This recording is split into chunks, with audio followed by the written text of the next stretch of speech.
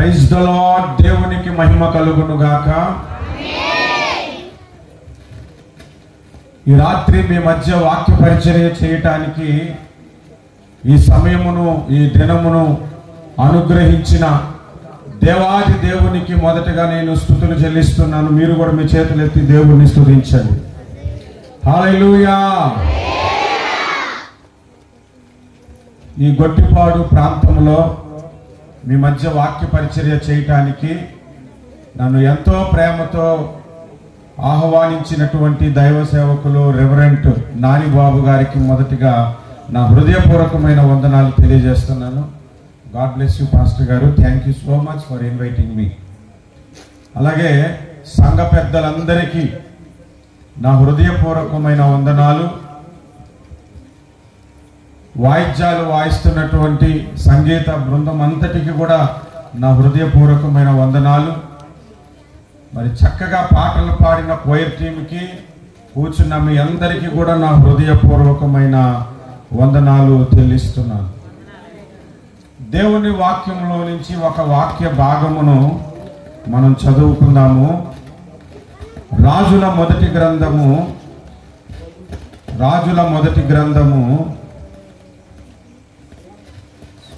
18వ అధ్యాయము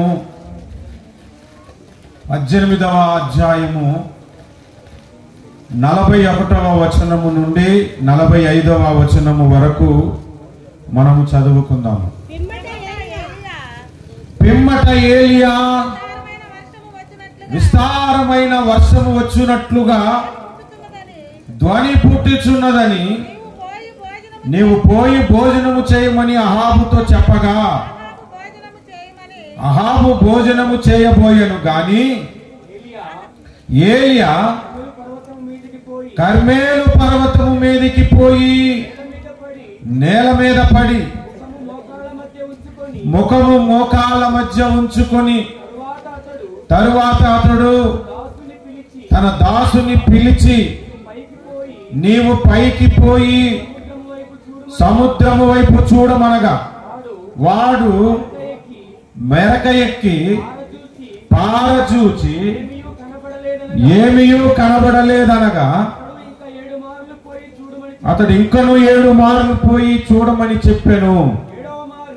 7వ మారు వాడు చూచి అదిగో మనిషి చెయ్యి అంత మేఘము, చిన్న మేఘము సముద్రము నుండి పైకి ఎక్కుచున్నదనెను. అప్పుడు ఏలియా నీవు అహాబు దగ్గరకు పోయి నీవు వెళ్ళకుండా వర్షము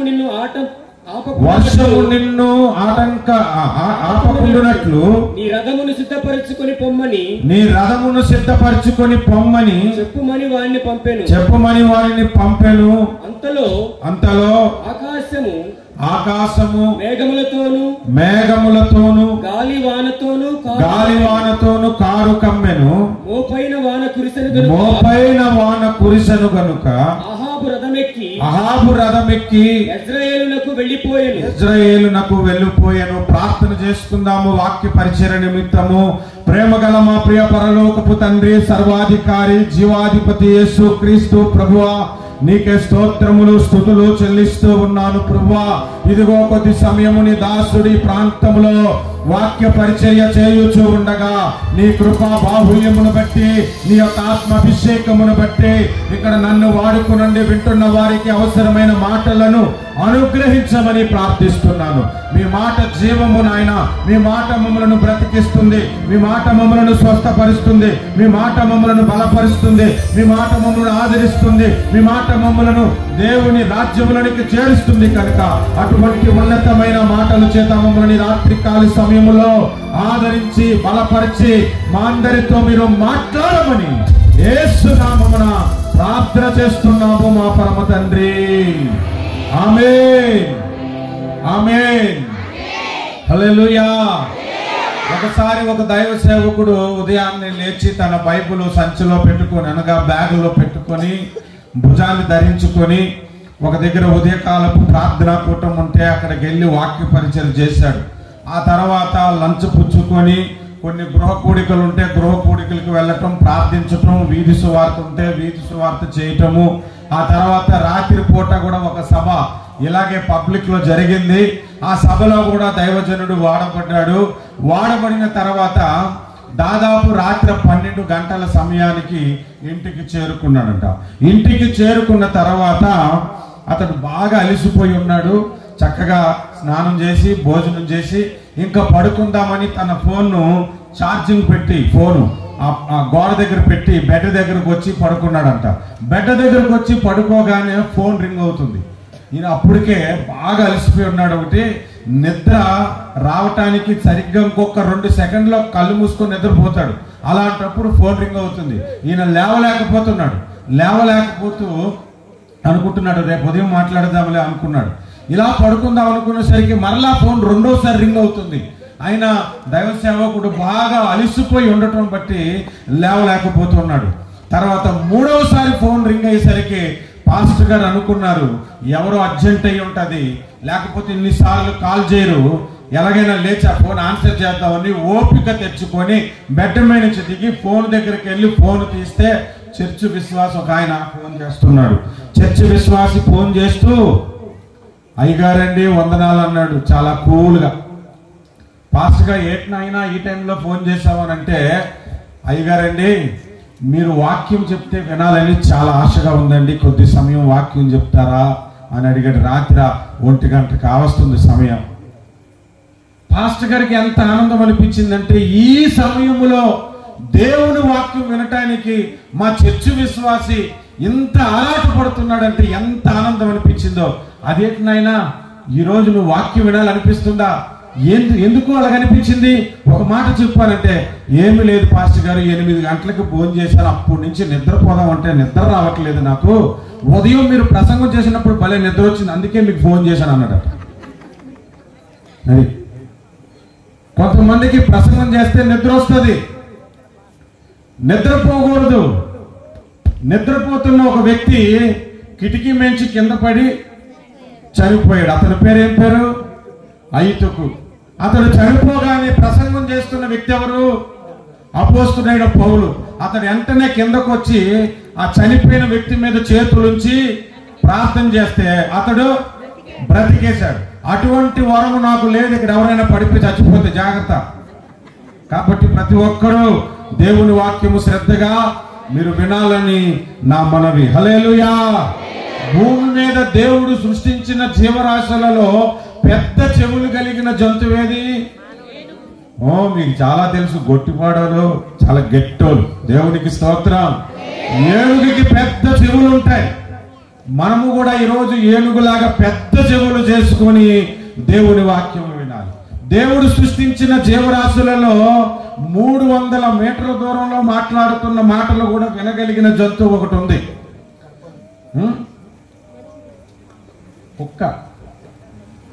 కుక్క వీధి చివరను మాట్లాడుకుంటే ఇక్కడ అరుస్తుంది. దానికి చాలా షార్ప్ అంట.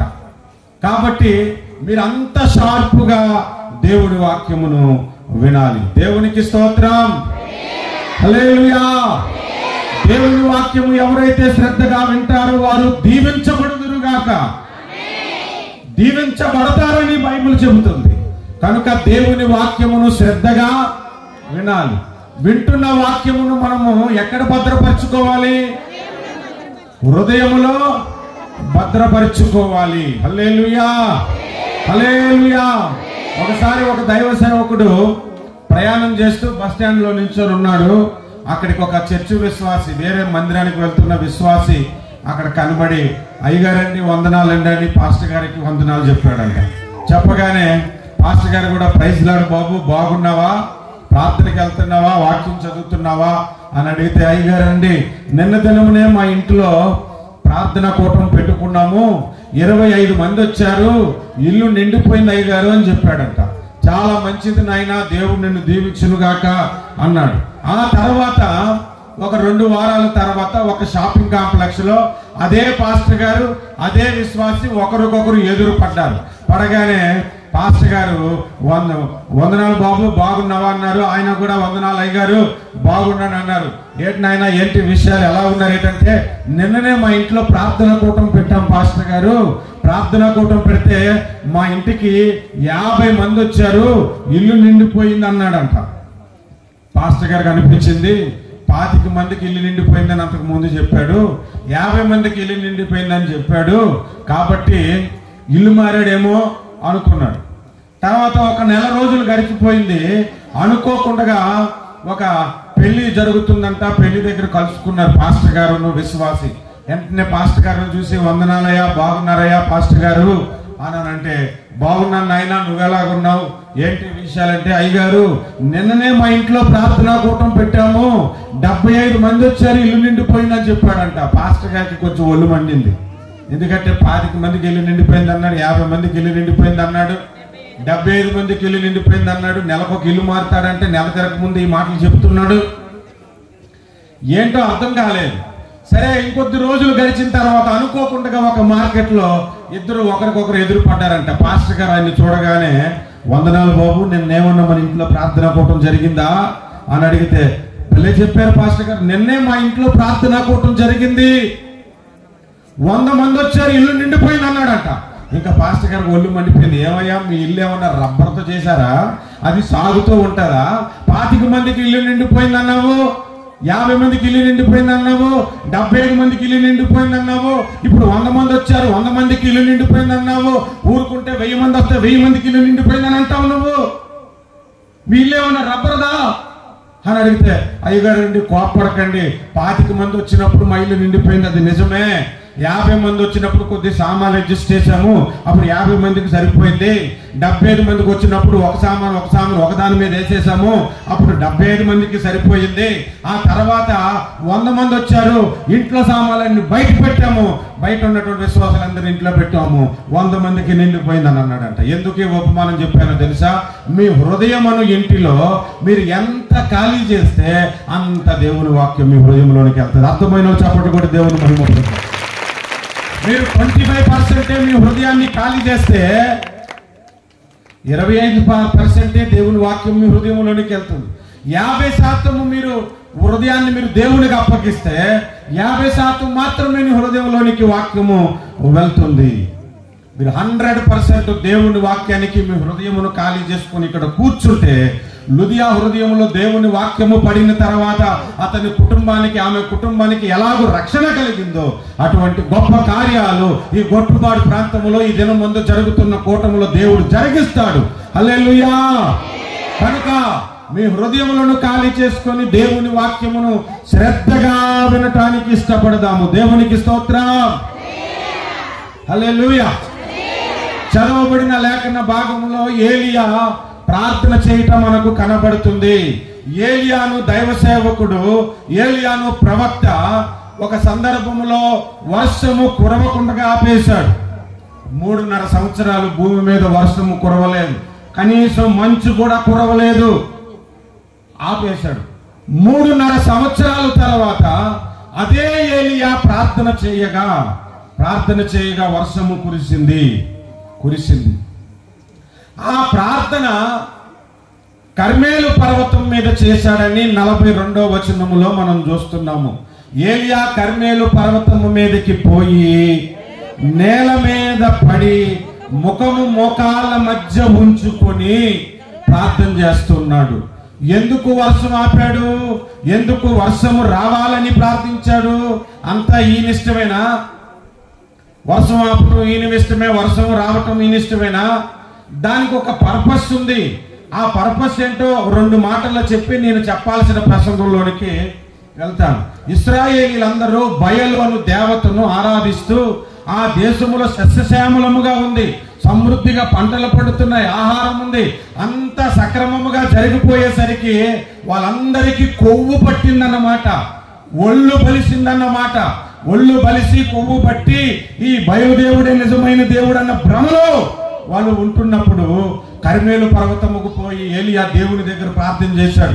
ఈ ప్రజలకు సమృద్ధిగా ఆహారం దొరుకుతుంటే అది నీ వల్ల దొరుకుతుందని వీరు గ్రహించక బయలును దేవతను పూజిస్తున్నారు. ప్రభువా, నీవు నాకు సెలవిస్తే వర్షం నీ పేరిట ఆపేస్తాను, కరువు వస్తుంది, అప్పుడు కానీ వీళ్ళకి బుద్ధి రాదని పర్మిషన్ తీసుకొని తిన్నగా రాజు దర్బారుకు పోయి రాజుగారి ముందునే ఈ సంవత్సరము వర్షమైనను మంచైనను కురవదు, ఇది యెహోవా మాట, జీవము గల యెహోవా జీవము తోడు, ఇది జరగదు అని చెప్పి ప్రవచించాడు. ఆ తర్వాత నుంచి 3.5 సంవత్సరాలు వర్షం పడవలేదు. పడకపోగానే కరువు ప్రారంభమైంది. ఇంకా జనాల్లోనికి ఎటువంటి ఆలోచన వచ్చిందో తెలుసా? అంతకు ముందేమో బయలే దేవుడు అనుకొని మనం ఆరాధన చేస్తున్నాము, సమృద్ధిగా పంటలు ఇస్తున్నాడు, ఈయనే గొప్ప దేవుడు అనుకున్నాము. మరి యెహోవా ప్రవక్త అయిన ఏలియా వచ్చి రాజు దర్బారులో ప్రకటించాడంట. అది దేశమంతా తెలిసిపోయింది ఏమని, వర్షం కురవదని. ఒకవేళ యెహోవా నిజమైన దేవుడై ఉండొచ్చు, అందుకే వర్షం ఆగిపోయింది. ఆయనే అంతకు ముందు వర్షం పంపించి ఉండొచ్చు, అంతకుముందు మనం ఆయన్ని నమ్ముకొనక బయలును పూజించామేమో అని 2 తలంపులు మనుషుల మధ్యలోనికి వచ్చేసింది. 2 తలంపులు ఇశ్రాయేలీల మధ్యలోనికి వచ్చేసింది. అనగా వారిలో ఉన్న 2 తలంపులు ఏమిటంటే యెహోవా దేవుడా, బయలు దేవుడా అనే 2 తలంపులు ఉన్నట్లుగా 18వ అధ్యాయం 21వ వచనంలో మనకు కనబడుతుంది. ఏలియా జనులందరి దగ్గరకు వచ్చి, ఎన్నాళ్ళు మట్టుకు మీరు 2 తలంపుల మధ్య తడబడుచుందురు అన్నారు. ఎప్పుడైతే ఆ తడబాటు వచ్చేసిందో ఇంకా ఏలియా నిర్ణయించుకున్నాడు, యెహోవా దేవుడని నిరూపించటానికి ఇదిగో బయలుదేవతను పూజిస్తున్న ప్రవక్తలందరినీ తీసుకొచ్చి ఒక అర్పణం పెట్టి మీరు ప్రార్థన చేయండి, నేను అర్పణ పెట్టి ప్రార్థన చేస్తాను. ఎవరి ప్రార్థనకు ఆకాశం నుండి అగ్ని దిగి వచ్చి ఆ అర్పణమును దహించి వేస్తాదో ఆ దేవుడే నిజమైన దేవుడని నిర్ణయించుకుందాం. ఇది క్రీస్తు పేరిట, దేవుని పేరిట చేసినటువంటి ఒక సవాల్. దానికి ఒప్పుకొని 400 మంది బయలు ప్రవక్తలు ఉదయం మొదలుకొని సాయంత్రం వరకు ప్రార్థన చేశారు, కానీ ఏమి సంభవించలేదు. అగ్ని కురవలేదు, ఏమీ లేదు. పెట్టిన అర్పణంలాగే ఉండిపోయింది. సాయంత్రం అయిపోయేసరికి ఏలియా ప్రార్థన చేశాడు, నేను ప్రార్థన చేస్తే ఇంతవరకు మీరు చేసిన ప్రార్థన చాలు, ఇక నేను చేస్తాను ప్రార్థన అని ప్రార్థన చేయటం ప్రారంభించాడు. ఎప్పుడైతే ప్రార్థన చేయడం ప్రారంభించాడో ఆకాశం నుండి అగ్ని బగ్గుమని వచ్చి దహన బలిని దహించేసింది. ఇంకా జనులందరూ యెహోవాయే దేవుడని బయలును విడిచి యెహోవా వైపు తిరిగారన్నమాట. ఆ తిరిగిన తర్వాత ఇక మీదట ఇశ్రాయేలు దేశంలో కరువు ఉండకూడదు, వర్షము కురవాలని ప్రార్థన చేసిన సందర్భమునే మనం ఇప్పుడు ఇక్కడ చదువుకున్నాం. కర్మేలు పర్వతముకు పోయి మోకాళ్ళను తల ఉంచుకొని ప్రార్థన చేశాడంట. ప్రార్థన చేసి అతని దగ్గర ఉన్న అసిస్టెంట్ పాస్టర్కి, అతని దగ్గర ఉన్న పనివాడికి, నువ్వు పోయి చూడు మేఘములు ఏమైనా వస్తున్నాయేమో చూడనంటే, మొదటెళ్ళి చూస్తే మేఘం ఏమి కనబడలేదు. రెండోసారి వెళ్ళి చూశాడు, మేఘం కనబడలేదు. మూడోసారి చూశాడు, మేఘం కనబడలేదు. 7 మార్లు చూడమని చెప్పాడు. 7వసారి చూసినప్పుడు మనిషి చేయంత చిన్న మేఘము వచ్చిందంట. ఎంత మేఘం అది? మనిషి చెయ్యంత అంటే ఎంత? 10 మీటర్లు ఉంటుందా? 100 మీటర్లు ఉంటుందా?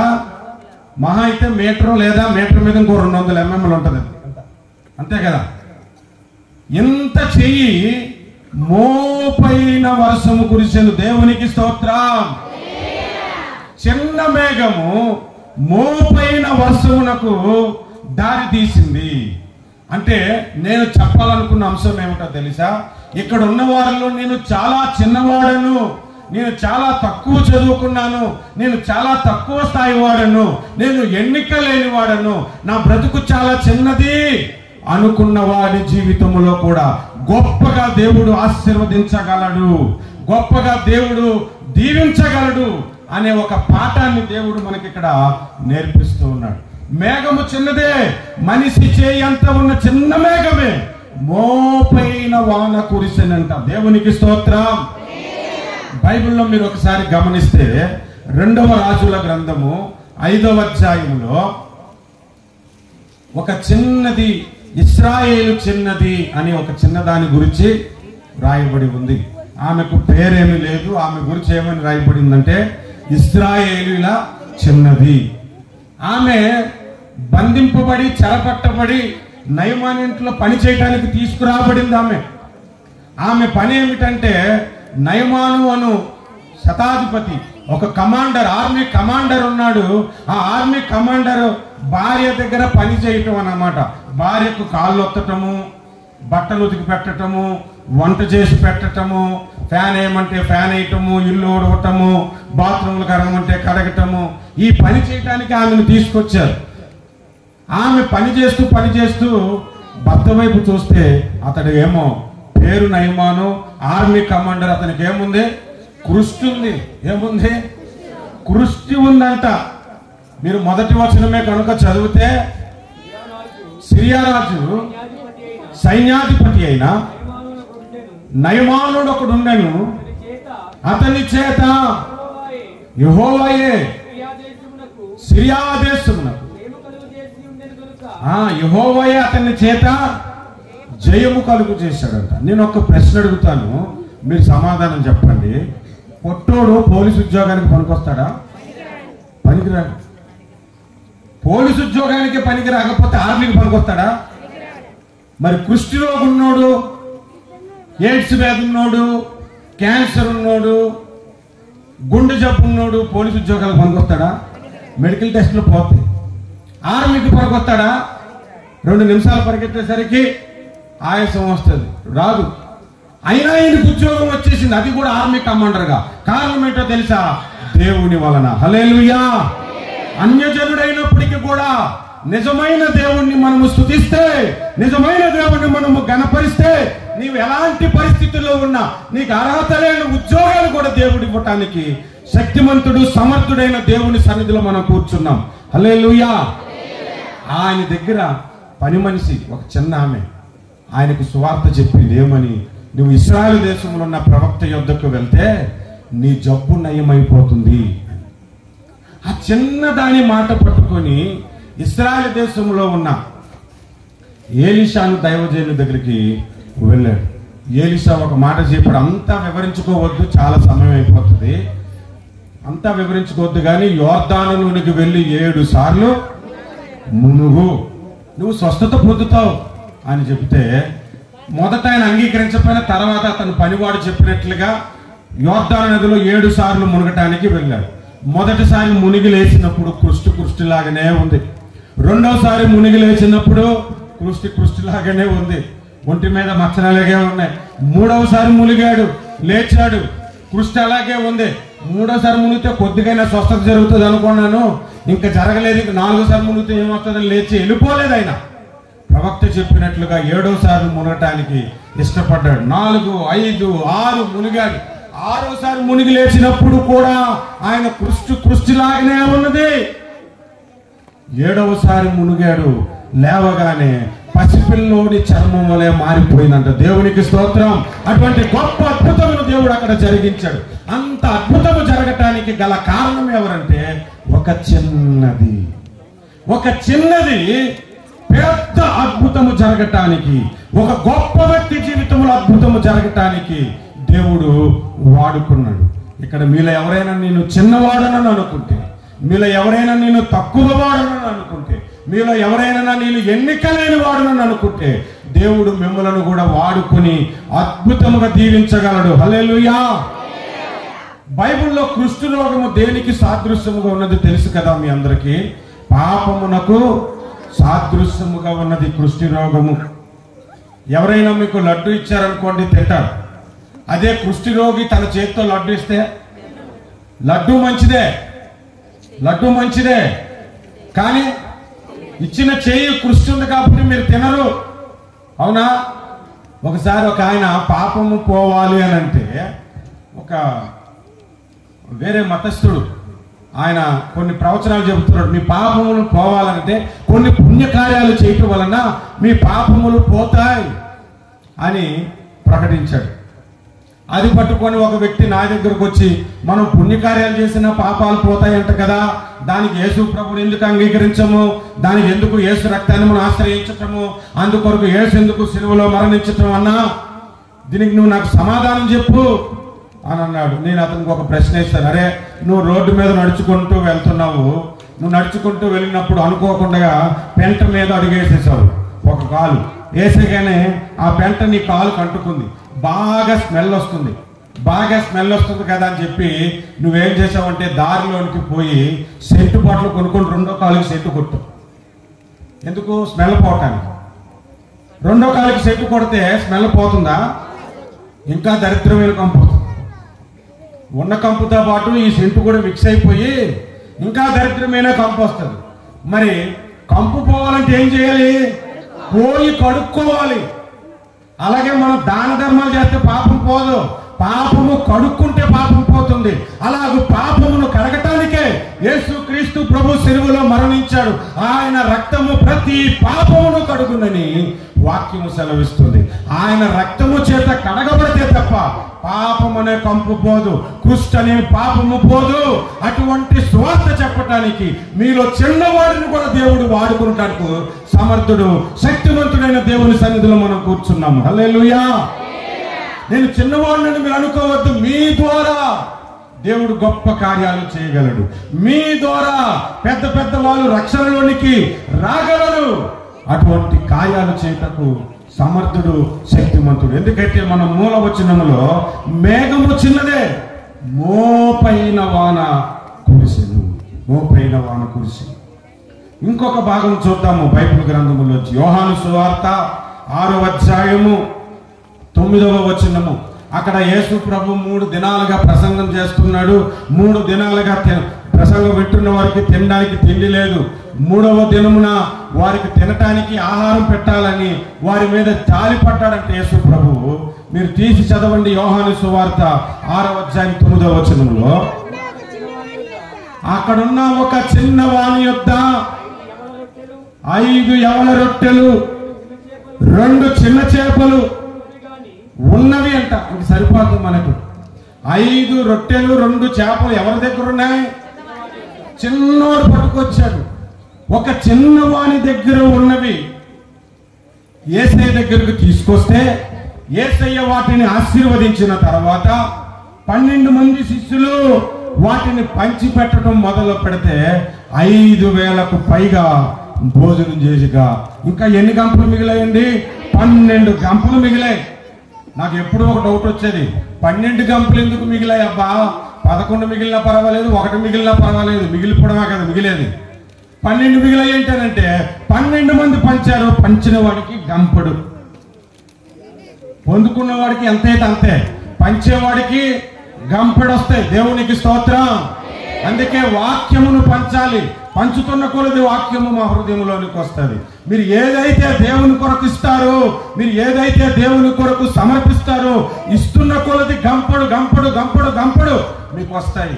ఒక చిన్నవాడి ద్వారా 1000 మంది ఆహారము, 1000 మందికి కడుపు నిండగా ఆహారం ఆ దినమందు దొరికింది. ఒక చిన్నవాడిని వాడుకున్నాడా లేదా? అందుకే ఈ రాత్రి చెప్తున్నా ఈ గొట్టిపాడులో ఉన్నటువంటి వారికి, వయసుకి నువ్వు పెద్దవాడవై ఉండొచ్చు, కానీ స్థితికి నీది చిన్నదై ఉండొచ్చు. వయసుకి నువ్వు చిన్నవాడవై ఉండొచ్చు, చదువులో పెద్ద చదువు లేక చిన్నవాడవై ఉండొచ్చు, చిన్న ఉద్యోగం అయి ఉండొచ్చు, చిన్న వ్యాపారం అయి ఉండొచ్చు, చిన్న కుటుంబం అయి ఉండొచ్చు, ఎన్నిక లేని కుటుంబంలో నీవు ఉండొచ్చు. కానీ సర్వశక్తుడైన యేసుని నీవు నమ్ముకుంటే, సర్వశక్తుడైన యేసు నీడను నీవు వస్తే, ఆయనను నీవు ఆశ్రయిస్తే, చిన్నవాడవైన నీ ద్వారా దేవుడు అనేకులను పోషించుటకు శక్తిమంతుడు, సమర్థుడైన దేవుని సన్నిధిలో మనం ఉన్నాము. హల్లెలూయా, హల్లెలూయా. మొట్టమొదటిగా చిన్నదెవరు? ఇశ్రాయేలీల చిన్నది. ఒక గొప్ప వ్యక్తికి సువార్త చెప్పి రక్షణలో నడిపించింది. రెండవదిగా చూస్తే ఒక చిన్న కుమారుడు, చిన్న అబ్బాయి ద్వారా 1000 మందికి ఆహారము సమృద్ధిగా దొరికింది. అపోస్తుల కార్యాలు 12వ అధ్యాయంలో మనం చూస్తే కనుక యాకోబును తల నరికేశారు, పేతురును చెరసాలలో పెట్టేశారు. పేతుర్ని చెరసాలలో పెట్టే కానీ సంఘం అంతా ఏం చేశారు? బిర్యానీ వండుకొని తిన్నారా? సంఘం అయితే ప్రార్థన చేశారు. ఎవరి కొరకు? పేతురు అంటే ఎవరు? సంఘ కాపరి కొరకు, పాస్టర్ గారి కొరకు. పాస్టర్ గారి ఇబ్బందుల్లో ఉంటే మనం తినకూడదు, ఉపవాసం ఉండి ప్రార్థించాలి. వీరు ఆసక్తితో, అత్యాసక్తితో ప్రార్థన చేస్తున్నారంట. వీళ్ళు ప్రార్థనలాగానే ఉంది. ఆమెను అనలేదు ఇంకా ప్రార్థనకు. ముగింపు ప్రార్థన ఆశీర్వాదం అక్కడ జరగలేదు. కానీ పరలోకము నుండి దేవదూతను దేవుడు పంపాడు, చెరసాలను బద్దలు చేశాడు, సంఖ్యలను తెంచాడు, పేతురును తీసుకొచ్చి నడి రోడ్లో వదిలేసి దేవదూత. అంత అద్భుతము అక్కడ జరిగింది. హల్లెలూయా, హల్లెలూయా. అంత అద్భుతం జరిగిన తర్వాత పేతురు ఇంటికి వస్తూ ఉంటే సంగమ దగ్గరికి తిన్నగా వచ్చాడంట. అప్పుడు వచనం మీరు చదవండి, 12వ వచనంలో అక్కడ కూడా ఒక చిన్నది కనబడుతుంది.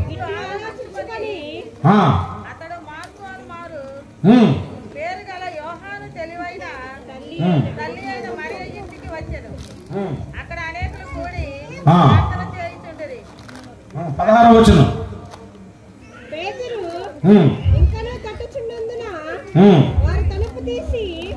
రోదే అనే చిన్నది వచ్చిందా? నేనేం తప్పు చెప్పానంటే వచనం, అతడు తలవాకిట తలుపు తట్టుచుండగా రోదే అను ఒక చిన్నది, అక్కడ కూడా మనకు ఒక చిన్నది కనబడుతుంది. లోపల పెద్ద గుంపు ఉందండి, ప్రార్థన చేసే గుంపు. పేతురు రావాలని ప్రార్థన చేస్తున్నారు. కానీ ఈ చిన్నదాని చెవులు ఎక్కడున్నాయో తెలుసా? ఈ ప్రార్థనకు ఆమె అనక మునిపే చెరసాలలో ఉన్న పేతురు దైవ సేవకుడు ఇంటికి వస్తాడన్న ఆలోచనతో కూర్చున్నారు. అంత విశ్వాసం ఉంచింది కాబట్టి తలుపు కొట్టగానే దగ్గరికి వెళ్ళి తలుపు కూడా తీయలేదు, స్వరం విన్నది, పేతురు వచ్చేసాడని చెప్పగానే నీకేమైనా పిచ్చి పట్టిందా అంటున్నారు. లోపల అంతమంది పెద్ద పెద్దలు ఉన్నారు, ప్రార్థనలు చేస్తున్నారు, ప్రార్థనా పరులు ఉన్నారు. కానీ ఒక చిన్న దానికి ఉన్న విశ్వాసము అక్కడ ఉన్న వాళ్ళు ఎవరికి కనబడలేదు. ఒక చిన్న దాని విశ్వాసము వలననే పేతురు విడిపించబడ్డాడేమో.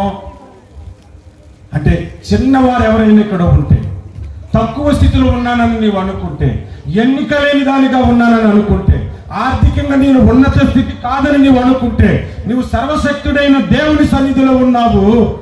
ఆ సర్వశక్తుడైన దేవుడు నిన్ను ఘనముగా వాడుకున్నటకు సమర్థుడు. మేఘం ఎంతండి? మనిషి చెయ్యంత. వర్షం ఎంత కురిసింది? మోపైన వాన కురిసింది, మోపైన వాన. ఒక్కోసారి ఆకాశంలో మేఘాలు ఫుల్గా వచ్చేస్తాయి, ఇక వర్షము కుండపోత వర్షం పడిపోద్దేమో అనుకుంటాం. ఒక గంట తర్వాత గాలికి అటు ఇటు వెళ్ళిపోయి ఇక్కడ పడాల్సిన వర్షం ఎక్కడో పడదు. కానీ అరచేయి అంత, ఒక చేయి, మనిషి చేయి అంత మేఘము మోపైన వాన కురిసేలాగా చేసింది. హల్లెలూయా. బైబిల్లో లోకాసు వార్త 12వ అధ్యాయం 32వ వచనంలో, చిన్న మంద భయపడకుడి, మీకు రాజ్యం అనుగ్రహించుట మీ తండ్రికి ఇష్టమై ఉన్నది. ఆ మంద ఎవరు? సంఘము. సంఘాన్ని ఏమని పిలిచాడు? చిన్న మంద. పెద్ద మంద అని ఎందుకు అనలేదు? ఎందుకో తెలుసా? ఎందుకు అనలేదు అని అంటే, నేను ఒక అనలైజ్ చేసి మీకు చెప్తున్నాను. మన భారతదేశంలో 1996లో క్రైస్తవులు 2% ఉండేవారంట. భారతదేశం అంతా 2% మాత్రమే క్రైస్తవులు. తర్వాత 2000 తర్వాత 2010 తర్వాత 3%, 4%. ఇప్పుడు మహా అయితే 10% క్రిస్టియానిటీ ఉంటుందంట. అంటే 90% రక్షణ లేని వారు ఉంటే 10% రక్షణ పొందిన వారు ఉన్నారు. చిన్న మంద కాదా? కానీ ఆ చిన్న మందకే దేవుడు పరలోక రాజ్యం ఇస్తాడంటున్నాడు. దేవునికి చప్పట్లు కొట్టి మహిమ కలుగుతామా? హల్లెలూయా.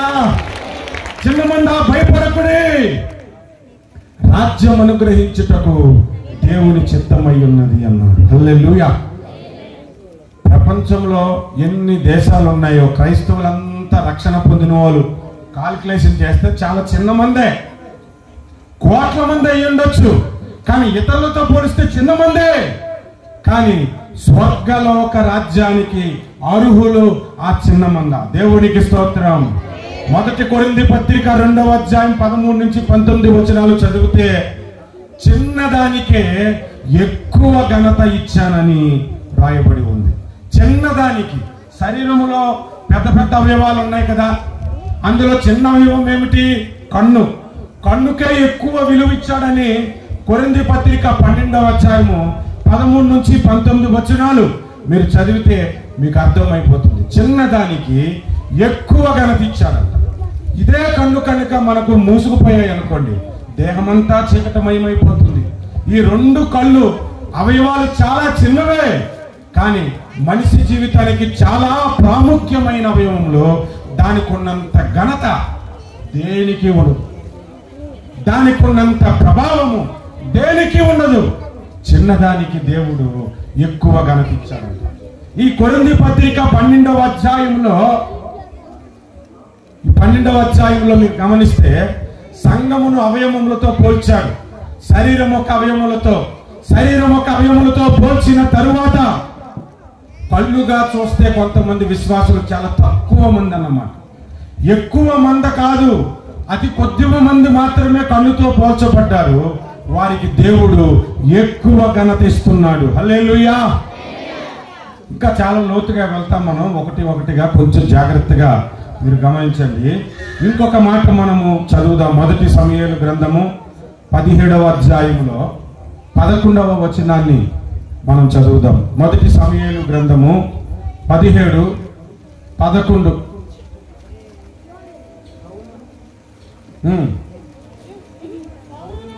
సౌలును ఇశ్రాయేలీయులందరూ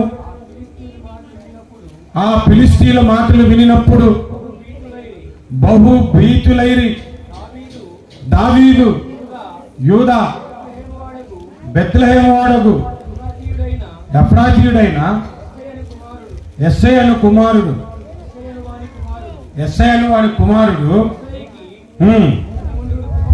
80 కుమారులుండిరి. ఇక్కడి నుంచి నేను చెప్తాను చూడండి. గొలియాతు అను ఒక బలమైన యోధుడు, బలమైనటువంటి వీరుడు ఇశ్రాయేలీయులతో సవాల్ చేస్తూ ఉన్నాడు. ఏమని? మీ వైపు నుంచి ఒకరిని ఏర్పాటు చేసుకొని నా యుద్ధకు రండి, యుద్ధం చేసుకుందా వాడితో నేను పోట్లాడతాను. నేను గెలిస్తేనేమో మీ రాజ్యం మాకు ఇచ్చేయండి, మీరు గెలిస్తేనేమో ఫిలిష్తీయుల రాజ్యం మీరు తీసుకురండి 40 దినములు సవాలు చేశాడంట. ఏలాను లోయలో ఎన్ని దినాలు? 40 దినాలు. వాడు అడుగు ముందుకేస్తే ఇశ్రాయేలు సైన్యం వెనక్కి అడుగేసేవాడు. భయపడ్డారు అతనికి. అతడు బలమైనటువంటి వ్యక్తి. ఒకరోజు అనుకోకుండా అన్నలకు క్యారేజ్ తీసుకెళ్ళటానికి దావీదు భక్తుడు అక్కడికి వచ్చాడు, యుద్ధం జరుగుతున్న స్థలానికి. అదే సమయంలో ఈ గొలియాతు అక్కడ సవాలు చేస్తున్నాడు. మీ వైపు దమ్మున్నోడు ఒకరిని ఏర్పాటు చేసుకోండి, నా మీద యుద్ధానికి తీసుకురండి, మీ వైపు అంత దమ్మున్నోడు ఎవరు లేరా అని తిరస్కరిస్తూ మాట్లాడుతుంటుంటే ఆ మాటలు విన్న దావీదు వయసు ఎంతో తెలుసండి, బాలుడంట, అంటే చిన్నవాడే. అతని చెవుల మాటలు పడగానే ఒక మాట అన్నాడు. ఏమన్నాడంటే, సున్నతి లేని ఈ ఫిలిష్తీయుడు జీవము గల దేవుని సైన్యమును తిరస్కరించుటకు ఎంతటి వాడు అన్నాడు. ఎంతటి వాడంటే ఆయన ఎత్తు చూసే ఇశ్రాయేలీయులు భయపడుతున్నారు. కానీ దావీదు చాలా పొట్టిగా ఉన్నాడు, ఎందుకంటే బాలుడు కాబట్టి. ఆ చిన్నవాని ద్వారా ఆ గొలియాతును కొట్టేశాడు. చిన్నవాడినే వాడుకున్నాడు దేవుడు, గొలియాతును కొట్టేశాడు. నేను మిమ్మల్ని ఒక ప్రశ్న అడుగుతాను. 40 దినములు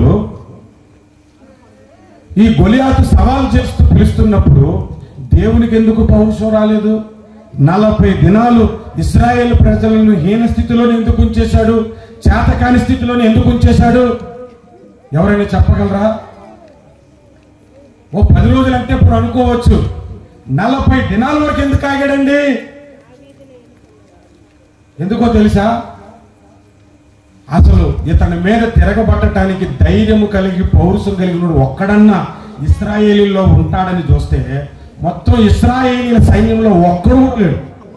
ఎక్కడో గొర్రెలు కాసుకుంటున్నాడు, తిన్నగా వచ్చి క్యారేజ్ పట్టుకొని వచ్చి ఆ మాటలు చూసి పౌరుషంగా మాటలు మాట్లాడాడు. అతని ద్వారా దేవుడు కార్యం చేయడానికి ఇష్టపడ్డాడు.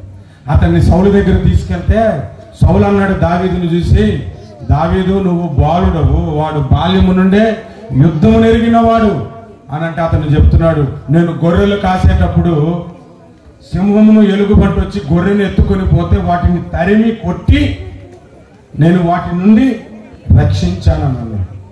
మీకు విషయం అడుగుతాను, పులితో మీరు పరిగెత్తగలరా? సింహంతో మీరు పరిగెత్తగలరా? సింహం మిమ్మల్ని చూసి భయపడ తోక ముడుచుకొని పరిగెడుతుందా? మరి దావీదుని చూసి ముడుచుకొని వెళ్ళింది ఏంటది? అసలు అది పరిగెత్తి వెళ్ళిపోతుంటే వెంట పెట్టి కొట్టాడంట. వెంటబెట్టి మనం ఒక కోడి పట్టుకోవడానికే నాన్న అవస్థలు పడతాం ఒక్కోసారి. అది ఆ ఇంటి మీద ఎగురుతుంది, ఈ గోడ మీద ఎగురుతుంది, దాన్ని పట్టుకోవడానికే చాలా ఇబ్బందులు పడతాం. అలాంటిది ఒక సింహమును తరిమి కొట్టి గొర్రెను రక్షించాడంట. అప్పుడు కూడా దేవుడు సహాయం చేశాడు. చివరికి ఒక మాట చెప్తాను, మీరు చూడండి. ప్రసంగానికి చివరి కాదు, నేను చెప్తున్న అంశానికి చివర. గొలియాతును దావీదు కొట్టినప్పుడు దేనితో కొట్టాడు? వడిసేలతో కొట్టాడు. వడిసేలు అంటే మీరు తెలియకపోతే, క్యాటర్ బాల్ అంటే తెలుస్తుంది కదా, క్యాటర్ బాల్తో కొట్టాడు అనుకోండి. కొడితే ఎక్కడ తగిలింది? నొసట తగిలింది. నొసట తగిలితే ఎలా పడాలి అతను? ఎందుకు వెనక్కి పడతాడు? ముందుకు పడాలి. వెనక్కి పడాలా? వెనక్కి పడాలి. కానీ ఆయన ఎలా పడ్డాడు? ముందుకు పడ్డాడు. ఎక్కడ కొడితే వెనక్కి పడకూడదు, పడాలి కదా. ముందుకు ఎలా పడ్డాడు? నేను కరాటే క్లాస్కి వెళ్ళేటప్పుడు మాకు నేర్పించింది అంటే కాలు మీద కొడితే ముందుకు పడతాడు, అదే తల మీద కొట్టాడు కాలుతో వెనక్కి పడతాడు. కానీ దావీదు కొట్టినప్పుడు అతడు నొసటను పడితే వెనక్కి పడాలి, కానీ బోర్ల పడ్డాడు. కారణం ఏంటో తెలుసా? విశ్వాసముతో దావీదు ఇటు నుంచి కొట్టాడు ఈ చిన్నవాడు, దేవుడు వెనక నుంచి ఒక జల్ల కొట్టాడు గొలియాతును, అది ముందు పడ్డాడు. దేవునికి స్తోత్రం. నీవు చిన్నవాడివై ఒక పని ప్రారంభమిస్తే దేవుడు పెద్ద హస్తము నీకు తోడుగా ఉంటుంది. దేవునికి స్తోత్రం. నీవు చిన్నవాడవే, నీ చిన్న చేతులతో దేవుని కార్యము చేయటానికి, దేవుని పని చేయటానికి నీవు ముందుకొస్తే దేవుడు తన హస్తమును చాపి నీకు సహాయం చేయటానికి ఇష్టపడతాడు. హల్లెలూయా. ఎంతండి మేఘము? మనిషి చేయంత. కానీ మోపైన వాన కురిసి, మోపైన వాన. మీరు కూడా చిన్నవారని అనుకుంటే, ఇక్కడ ఉన్నవారు ఎవరైనా నేను చాలా తక్కువ వాడినని అనుకుంటే, దేవుడు నీ ద్వారా గొప్ప కార్యాలు చేస్తాడు. హల్లెలూయా. గొప్ప కార్యాలు చేస్తాడు దేవుడు. అటువంటి శక్తి కలిగిన దేవుని సన్నిధిలో మనము కూర్చొని ఉన్నాం. దేవునికి స్తోత్రం. ఇప్పుడు ప్రసంగంలో రెండవ భాగానికి మనం వెళ్దాం. మేఘము ఒకటే, చిన్న మేఘమే వచ్చింది. తర్వాత ఏమైంది?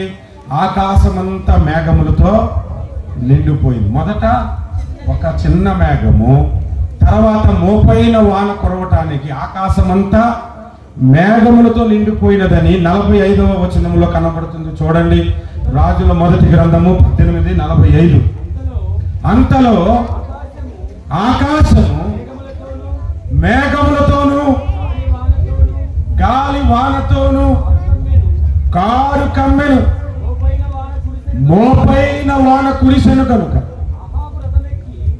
చూడండి, మేఘములతో ఆకాశమంతా నిండిపోయినట్టు. మొదట ఒక మేఘమే, తర్వాత మేఘములు కనబడుతున్నాయి. ఈ మందిరము ఇక్కడ ఎంత కాలం కిందట స్థాపించబడిందో నాకు తెలియదు. ఒకవేళ 30 ఏళ్ల కింద నుంచి సంఘం ఉందేమో, లేకపోతే మీ సంఘం యొక్క చరిత్ర 50 సంవత్సరాల చరిత్ర ఉన్నదేమో. ఎప్పుడైతే ప్రారంభించారో అప్పుడు ఇంతమంది ఉన్నారా? మొదట ఒక వ్యక్తి దగ్గర నుంచే ప్రారంభమై ఉంటుంది, ఒక ఇద్దరు ముగ్గురు వ్యక్తుల దగ్గర నుంచే ప్రారంభమై ఉంటుంది. ఈరోజు విస్తారమైన ఆత్మలు మీ వద్దకు వస్తున్నాయి. హల్లెలూయా. మొదట ఎప్పుడు కూడా కొద్దిగానే ప్రారంభం అవుతుంది, దేవుడు దానిని అభివృద్ధి పరుస్తాడు. మార్కు సువార్త 4వ అధ్యాయము 20వ వచనం చూస్తే, మంచి నేలను విత్తబడిన వారిని గురించి రాయబడి ఉంది. మంచి నేలను విత్తబడిన వారు ఎలాగ ఫలిస్తాడంటే 30 దంతులు, 60 దంతులు, 100 దంతులు. అంతేగాని ఒకేసారి 100 దంతులు కాదు, 30 దంతులు, 60 దంతులు, 100 దంతులుగా ఫలిస్తాడంట. మనం రక్షణ పొందాము కదా, ప్రార్థన చేసినట్టునే ఒకేసారి 1,00,000 రూపాయలు నీ ఇంట్లో అకౌంట్లో పడిపోవు. ఒకేసారి నీకు అభివృద్ధి జరగదు, ఒకేసారి నువ్వు ఫలించవు. క్రమక్రమముగా దేవుడు నిన్ను ఫలింపజేస్తాడు.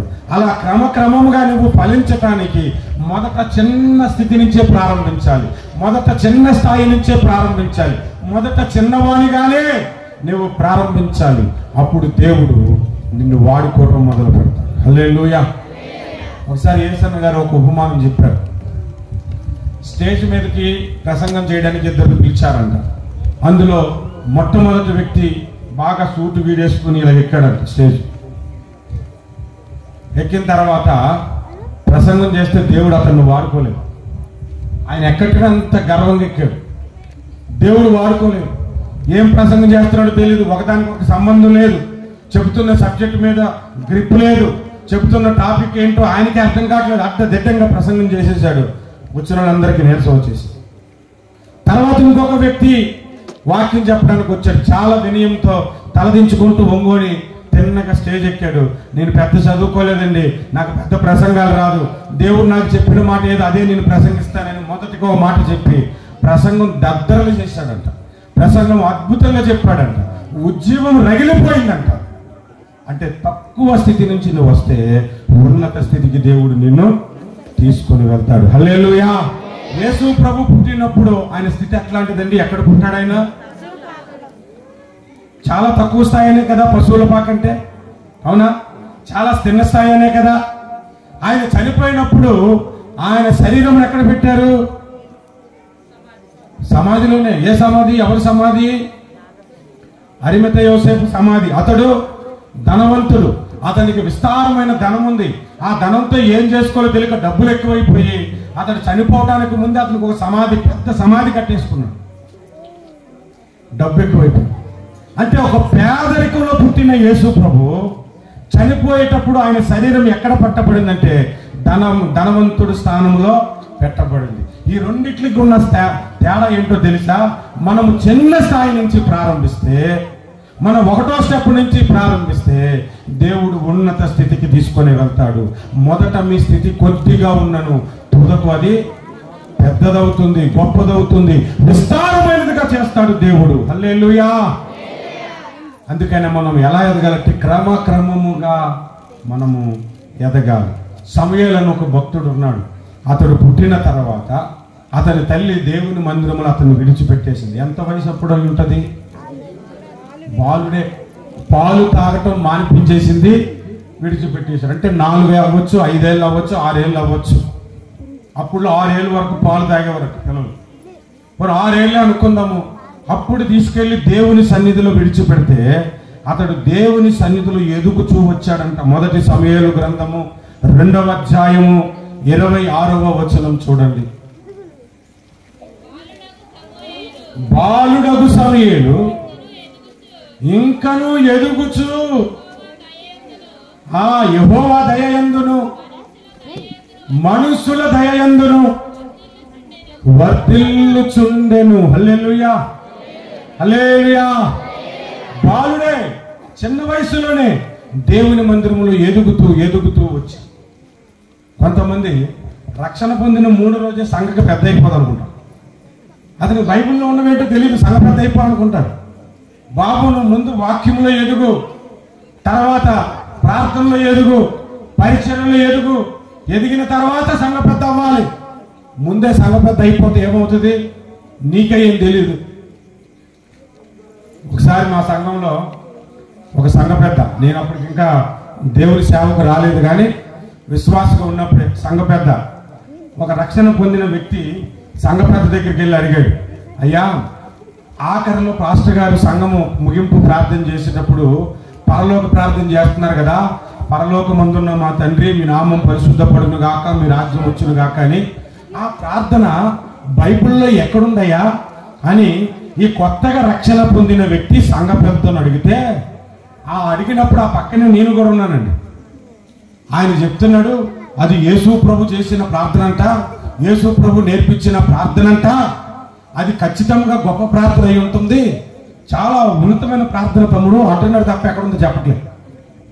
అదేనయ్యా అది బైబిల్ ఎక్కడుందో చెప్తే నేను నోట్ చేసుకుంటానంటే, అంత గొప్ప ప్రార్థన ఇంకెక్కడుంటుంది? ఆది కాండంలో ఉంటుంది అన్నాడు. ఆది కాండంలో, కొత్త నిబంధనలో ఉన్నదని సంగతి కూడా తెలియదు. సంఘ పెద్ద అయిపోయి అంటే ఆత్మీయంగా ఇంకా ఎదగలేదు. ఎదగాలంటే మొదట మనము రక్షణ పొందినప్పుడు మనల్ని ఏమన్నాడు? పసిపిల్లలు ఉన్నాడు. అంటే చిన్న స్థాయి నుంచి ఎదగాలి కదా.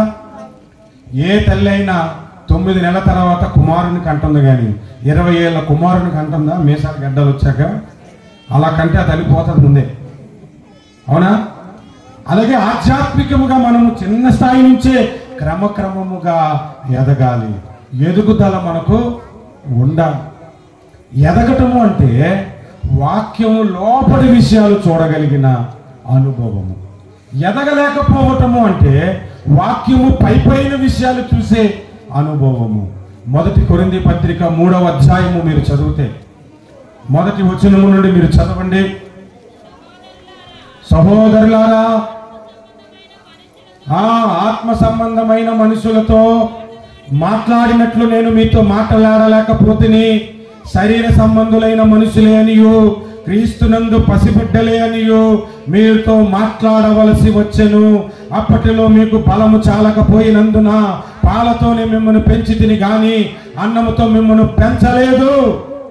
ఇక్కడ చూడండి, ఆత్మ సంబంధులు, శరీర సంబంధులు అని 2 గుంపులు ఉన్నాయి. శరీర సంబంధుల్ని పసిపిల్లలు అన్నాడు, ఆత్మ సంబంధుల్ని పెద్దవారు అని అంటున్నాడు. అంటే శరీర సంబంధులు పాలు తాగే స్థితిలోనే ఉన్నారంట. ఆత్మ సంబంధులు లోతైన వాక్యమును వినగలిగిన అనుభవం. అంటే ఆధ్యాత్మికంగా ఎదగాలి అనంటే మొదట నీవు పుట్టాలి. ఆ చిన్న స్థాయి నుంచే అనుదినము బైబిల్ చదువుతూ, అనుదినము దేవుని సేవకుల దగ్గర నుండి నేర్చుకుంటూ, ప్రార్థన నేర్చుకుంటూ, పరిచర్య నేర్చుకుంటూ, సువార్త చెప్పుట నేర్చుకుంటూ దినదినము ఎదగాలి. మనము ఎదగాలి. అలా ఎదగాలి అనంటే దేవుని వాక్యపు లోతైన విషయాలు మనము తెలుసుకోవాలి. ఎంతసేపు పైన విషయాలు తెలుసుకోవటం కాదు. ఒకసారి ఒక ఆయన హోటల్కి వెళ్ళాడు, కూర్చొని టిఫిన్ చేస్తున్నాడు. అతనితో పాటు ఇంకొక ఆయన వచ్చి ఎదురుగా కూర్చున్నాడు. అతను ఆర్డర్ చేశాడంట, ఏమయ్యా 2 బోండాలు 2 గారెలు 1 ఐస్ క్రీమ్ తీసుకురా. 2 బోండాలు 2 గారెలు ఐస్ క్రీమ్. ఈ ఎదురుగా కూర్చున్నాడు అనుకుంటున్నాడు, 2 బోండాలు 2 గారెలు బాగానే ఉంది, తర్వాత ఐస్ క్రీమ్ తింటాడు, ఎవడైనా కాఫీ టీయో తాగుతాడు అని మనసులో అనుకుంటున్నాడు. ఈలోగా మొదట బోండాలు వచ్చాయి. బోండాలు రాగానే అవి నూనెలో ఏగిన బాగా ఉంటుంది కదా, అది బత్తాయి ఒలిసినట్టుగా ఒలిసేసి ఆ నూనెలోని ఏగినది పక్కన పడేసి ఆ లోపల తెల్లగొన్నది తిన్నాడు. తర్వాత 2 గారెలు వచ్చాయి. 2 గారెలు కూడా నూనెలో ఏగిన భాగాన్ని ఒలిసేసి ఆ లోపల తెల్లగా ఉన్నదే తిన్నాడంట. ఈ ఎదురుగా కూర్చొని చూస్తున్నాడికి ఆశ్చర్యంగా ఉంది. ఇదేంటి, అసలు టేస్ట్ ఎక్కడ ఉంటుంది, ఆ నూనెలో ఏగిందే కదా, అది ఒలిసేసి పట్టేసి ఈ తెల్లగొన్న తింటున్నాడేంటి అని ఆశ్చర్యపోతున్నాడు. ఈలోగా ఐస్ క్రీమ్ వచ్చింది, కోన్ ఐస్ క్రీమ్ రాగానే మొత్తం ఐస్ క్రీమ్ తినేసి పైన కోన్ కూడా తినొచ్చు, అది పడేశాడు. ఈయన ఇంకా తట్టుకోలేక అడిగాడు, అయ్యా ఈ నూనెలో ఏగింది కూడా తినొచ్చు, ఈ గారెలు ఎందుకు ఎలా కొలిసావు, ఇది కూడా తినొచ్చు, ఆ కోన్ ఎందుకు పడేసావు, అది కూడా తినొచ్చు అంటే, అబ్బాయి ఏం లేదండి, ఈ మధ్య డాక్టర్ దగ్గరికి వెళ్ళాను, హెల్త్ బాగోలేదని, బయట ఫుడ్ తినొద్దు అన్నాడు, అందుకే లోపలికి తిన్నాను అన్నాడు. బయట ఫుడ్ తినొద్దు అన్నాడంటే అందుకే లోపల, అంటే వాడికి అలాగ అర్థమైంది. మరి కొంతమందికి వాక్యము లోపల విషయాలు అంటే మనకు వచనాలు కూడా తెలియజేయని విషయాలు ఎన్నో బైబిల్లో మనకున్నాయి. ఒక వచనం చదివినప్పుడు దాని వెనక పరిశుద్ధాత్మ సందేశం ఉంటుంది. అది తెలుసుకున్నప్పుడే ఆత్మ సంబంధులుగా మనం ఎదగగలుగుతాము. ఆత్మ నేర్పించిన బోధ అంటారు దానిని. ఆ బోధ నేర్చుకున్నప్పుడే మనము అభివృద్ధి చెందుతాము. దేవునికి స్తోత్రం. కానీ కొంతమంది సంగతులు పై చూస్తున్నారని 2వ కొరింథీ పత్రిక 10వ అధ్యాయము 7వ వచనంలో రాయబడి ఉంది. మీరు సంగతులను పైనే చూచుచున్నారు అని. మనం ఎలాగ ఎదగాలండి? క్రమక్రమముగా ఎదగాలి. చిన్నతనము నుంచి దేవుని సన్నిధిలో ఎదగాలి. రక్షణ పొందినప్పుడు తక్కువ స్థాయినిది, ఒక బాలుడవు, ఒక పసికందువు నీవు, అక్కడి నుండి నీవు ఎదగాలి. ఎలా ఎదగాలి అంటే నిర్మలమైన వాక్యమును పాలను తీసుకొని ఎదగాలి. ఆ తర్వాత నువ్వు ఎదుగుతూ హెబ్రీ పత్రిక 5వ అధ్యాయం 12వ వచనంలో రాయబడినట్లుగా బలమైన అన్నము తినటానికి, ఆహారము తినటానికి మీరు యోగ్యులు అన్నాడు. హల్లెలూయా. యెహెజ్కేలు గ్రంథంలో 2వ అధ్యాయంలో మనం చూస్తే దేవుడు యెహెజ్కేలుతో అంటాడు, నేను ఇచ్చిన గ్రంథమును నీవు భక్షించుము అన్నాడు. భక్షించటం అంటే ఏంటి? త్రాగటం అంటే నీళ్ళో పాలో జ్యూసో తాగటం. మీరు నీళ్ళు ఇచ్చి తినండి అంటామా, త్రాగండి అంటామా? అన్నం పెట్టి తినండి అంటాం. భక్షించండి అంటే అర్థం ఏంటి? అప్పుడు భక్షించండి అంటే అర్థం ఏంటి? బలమైన మొక్కలు అన్నమాట. దాన్ని ఇలాగా గట్టిగా పీల్చుకొని తినాలి. అలా తినగలగాలి వాక్యమును కూడా. మనం లోతుగా వాక్యాన్ని మనము ధ్యానించగలగాలి. మేఘము చిన్నదే, తర్వాత విస్తారమైన మేఘములుగా కలిసి ఒక విస్తారమైన మేఘముగా ఎలా కనబడుతుందో క్రమక్రమముగా మనము ఎదగాలి. చిన్నతనము నుంచే దేవుని సన్నిధిలో ఎదగాలి. ఆత్మీయముగా పసితనము నుండి ఒక యవ్వన ప్రాయము కలిగిన వానిగా నీవు ఎదగాలి. హల్లెలూయా. మీరు క్రీస్తునందు సైనికులు అవ్వాలని ఎంతమంది ఆశపడుతున్నారు? చేతులు ఎత్తండి ఒకసారి. సైనికుడికి ఎంత వయసు వస్తే ఆర్మీలో తీసుకుంటారు? 20 దాటాలి. సంఖ్యాకాండం 1వ అధ్యాయం 3వ వచనంలో 20 ఏళ్ళు పైబడినటువంటి వారు, 20 ఏళ్ల పైప్రాయము కలిగిన వారిని ఇశ్రాయేలీల సైన్యంలో చేర్చుము అని అన్నారు. మీరు ఆత్మీయముగా కూడా 20 ఏళ్ళు రాకపోతే, వాక్యములో కూడా మీరు ఎదగకపోతే క్రీస్తు సైనికులుగా మీరు అన్ఫిట్. విశ్వాసులుగానే ఉంటారు కానీ క్రీస్తు సైనికులుగా మీరు ఉండలేరు. క్రీస్తు సైనికుడు ఎప్పుడైతామో అప్పుడు యుద్ధము చేయగలిగిన సామర్థ్యం వస్తుంది, గన్న పట్టుకోగలిగిన సామర్థ్యం వస్తుంది, బాంబులు ఎసరగలిగిన సామర్థ్యం వస్తుంది, శత్రువు సైన్యమును జయించగలిగిన సామర్థ్యం వస్తుంది, శత్రువుని కొట్టగలిగిన సామర్థ్యం వస్తుంది. అప్పటి వరకు మీకు చిన్న దెయ్యం పట్టిన పాస్టర్ గారి దగ్గరికి రావటమే, చిన్న జలుబు వచ్చిన పాస్టర్ గారి దగ్గరికి రావటమే. మా సంఘానికి నేను ఎప్పుడూ ఒక మాట చెప్పేవాడిని, ఎప్పుడైనా మీకు దెయ్యం పడితే లేదా మీకు తెలిసిన వాళ్ళు దెయ్యం పడితే తిన్నాక నా దగ్గరకు తీసుకురాకండి అని చెప్పాను. నీకు దెయ్యం అంటే భయమా అని అడగండి. ఎందుకు తీసుకురావద్దు అన్నానంటే, అసలు నా దాకా కూడా నువ్వు తేవద్దు, నువ్వు ప్రార్థించినా కూడా దెయ్యం పారిపోవాలి. చప్పట్లు కూడా దేవుని మరి నువ్వు ప్రార్థించినా కూడా దెయ్యం పారిపోవాలనంటే నువ్వు యుద్ధము చేయగలిగిన స్థితిలో ఉండాలి. నీవు యుద్ధము చేయగలిగిన స్థితిలో ఉండాలంటే నీవు ఒక సైనికుడివై ఉండాలి. నీవు ఒక సైనికుడిగా ఉండాలంటే ఆత్మీయముగా నీకు 20 ఏళ్ల ప్రాయము కలిగి ఉండాలి. రక్షణ పొంది 10 ఏళ్ళయింది, 20 ఏళ్ళయింది, 30 ఏళ్ళయింది, 30 ఏళ్ళు సీనియారిటీ నాకు అని చెప్పుకుంటుంది. నీవు బైబిల్లోని విషయాలు నీకు తెలియకపోతే, ప్రార్థన అంటే ఏమిటో నీకు తెలియకపోతే నువ్వు ఎలా ఎదుగుతావు? ఎలా ఆశీర్వదించబడతావు?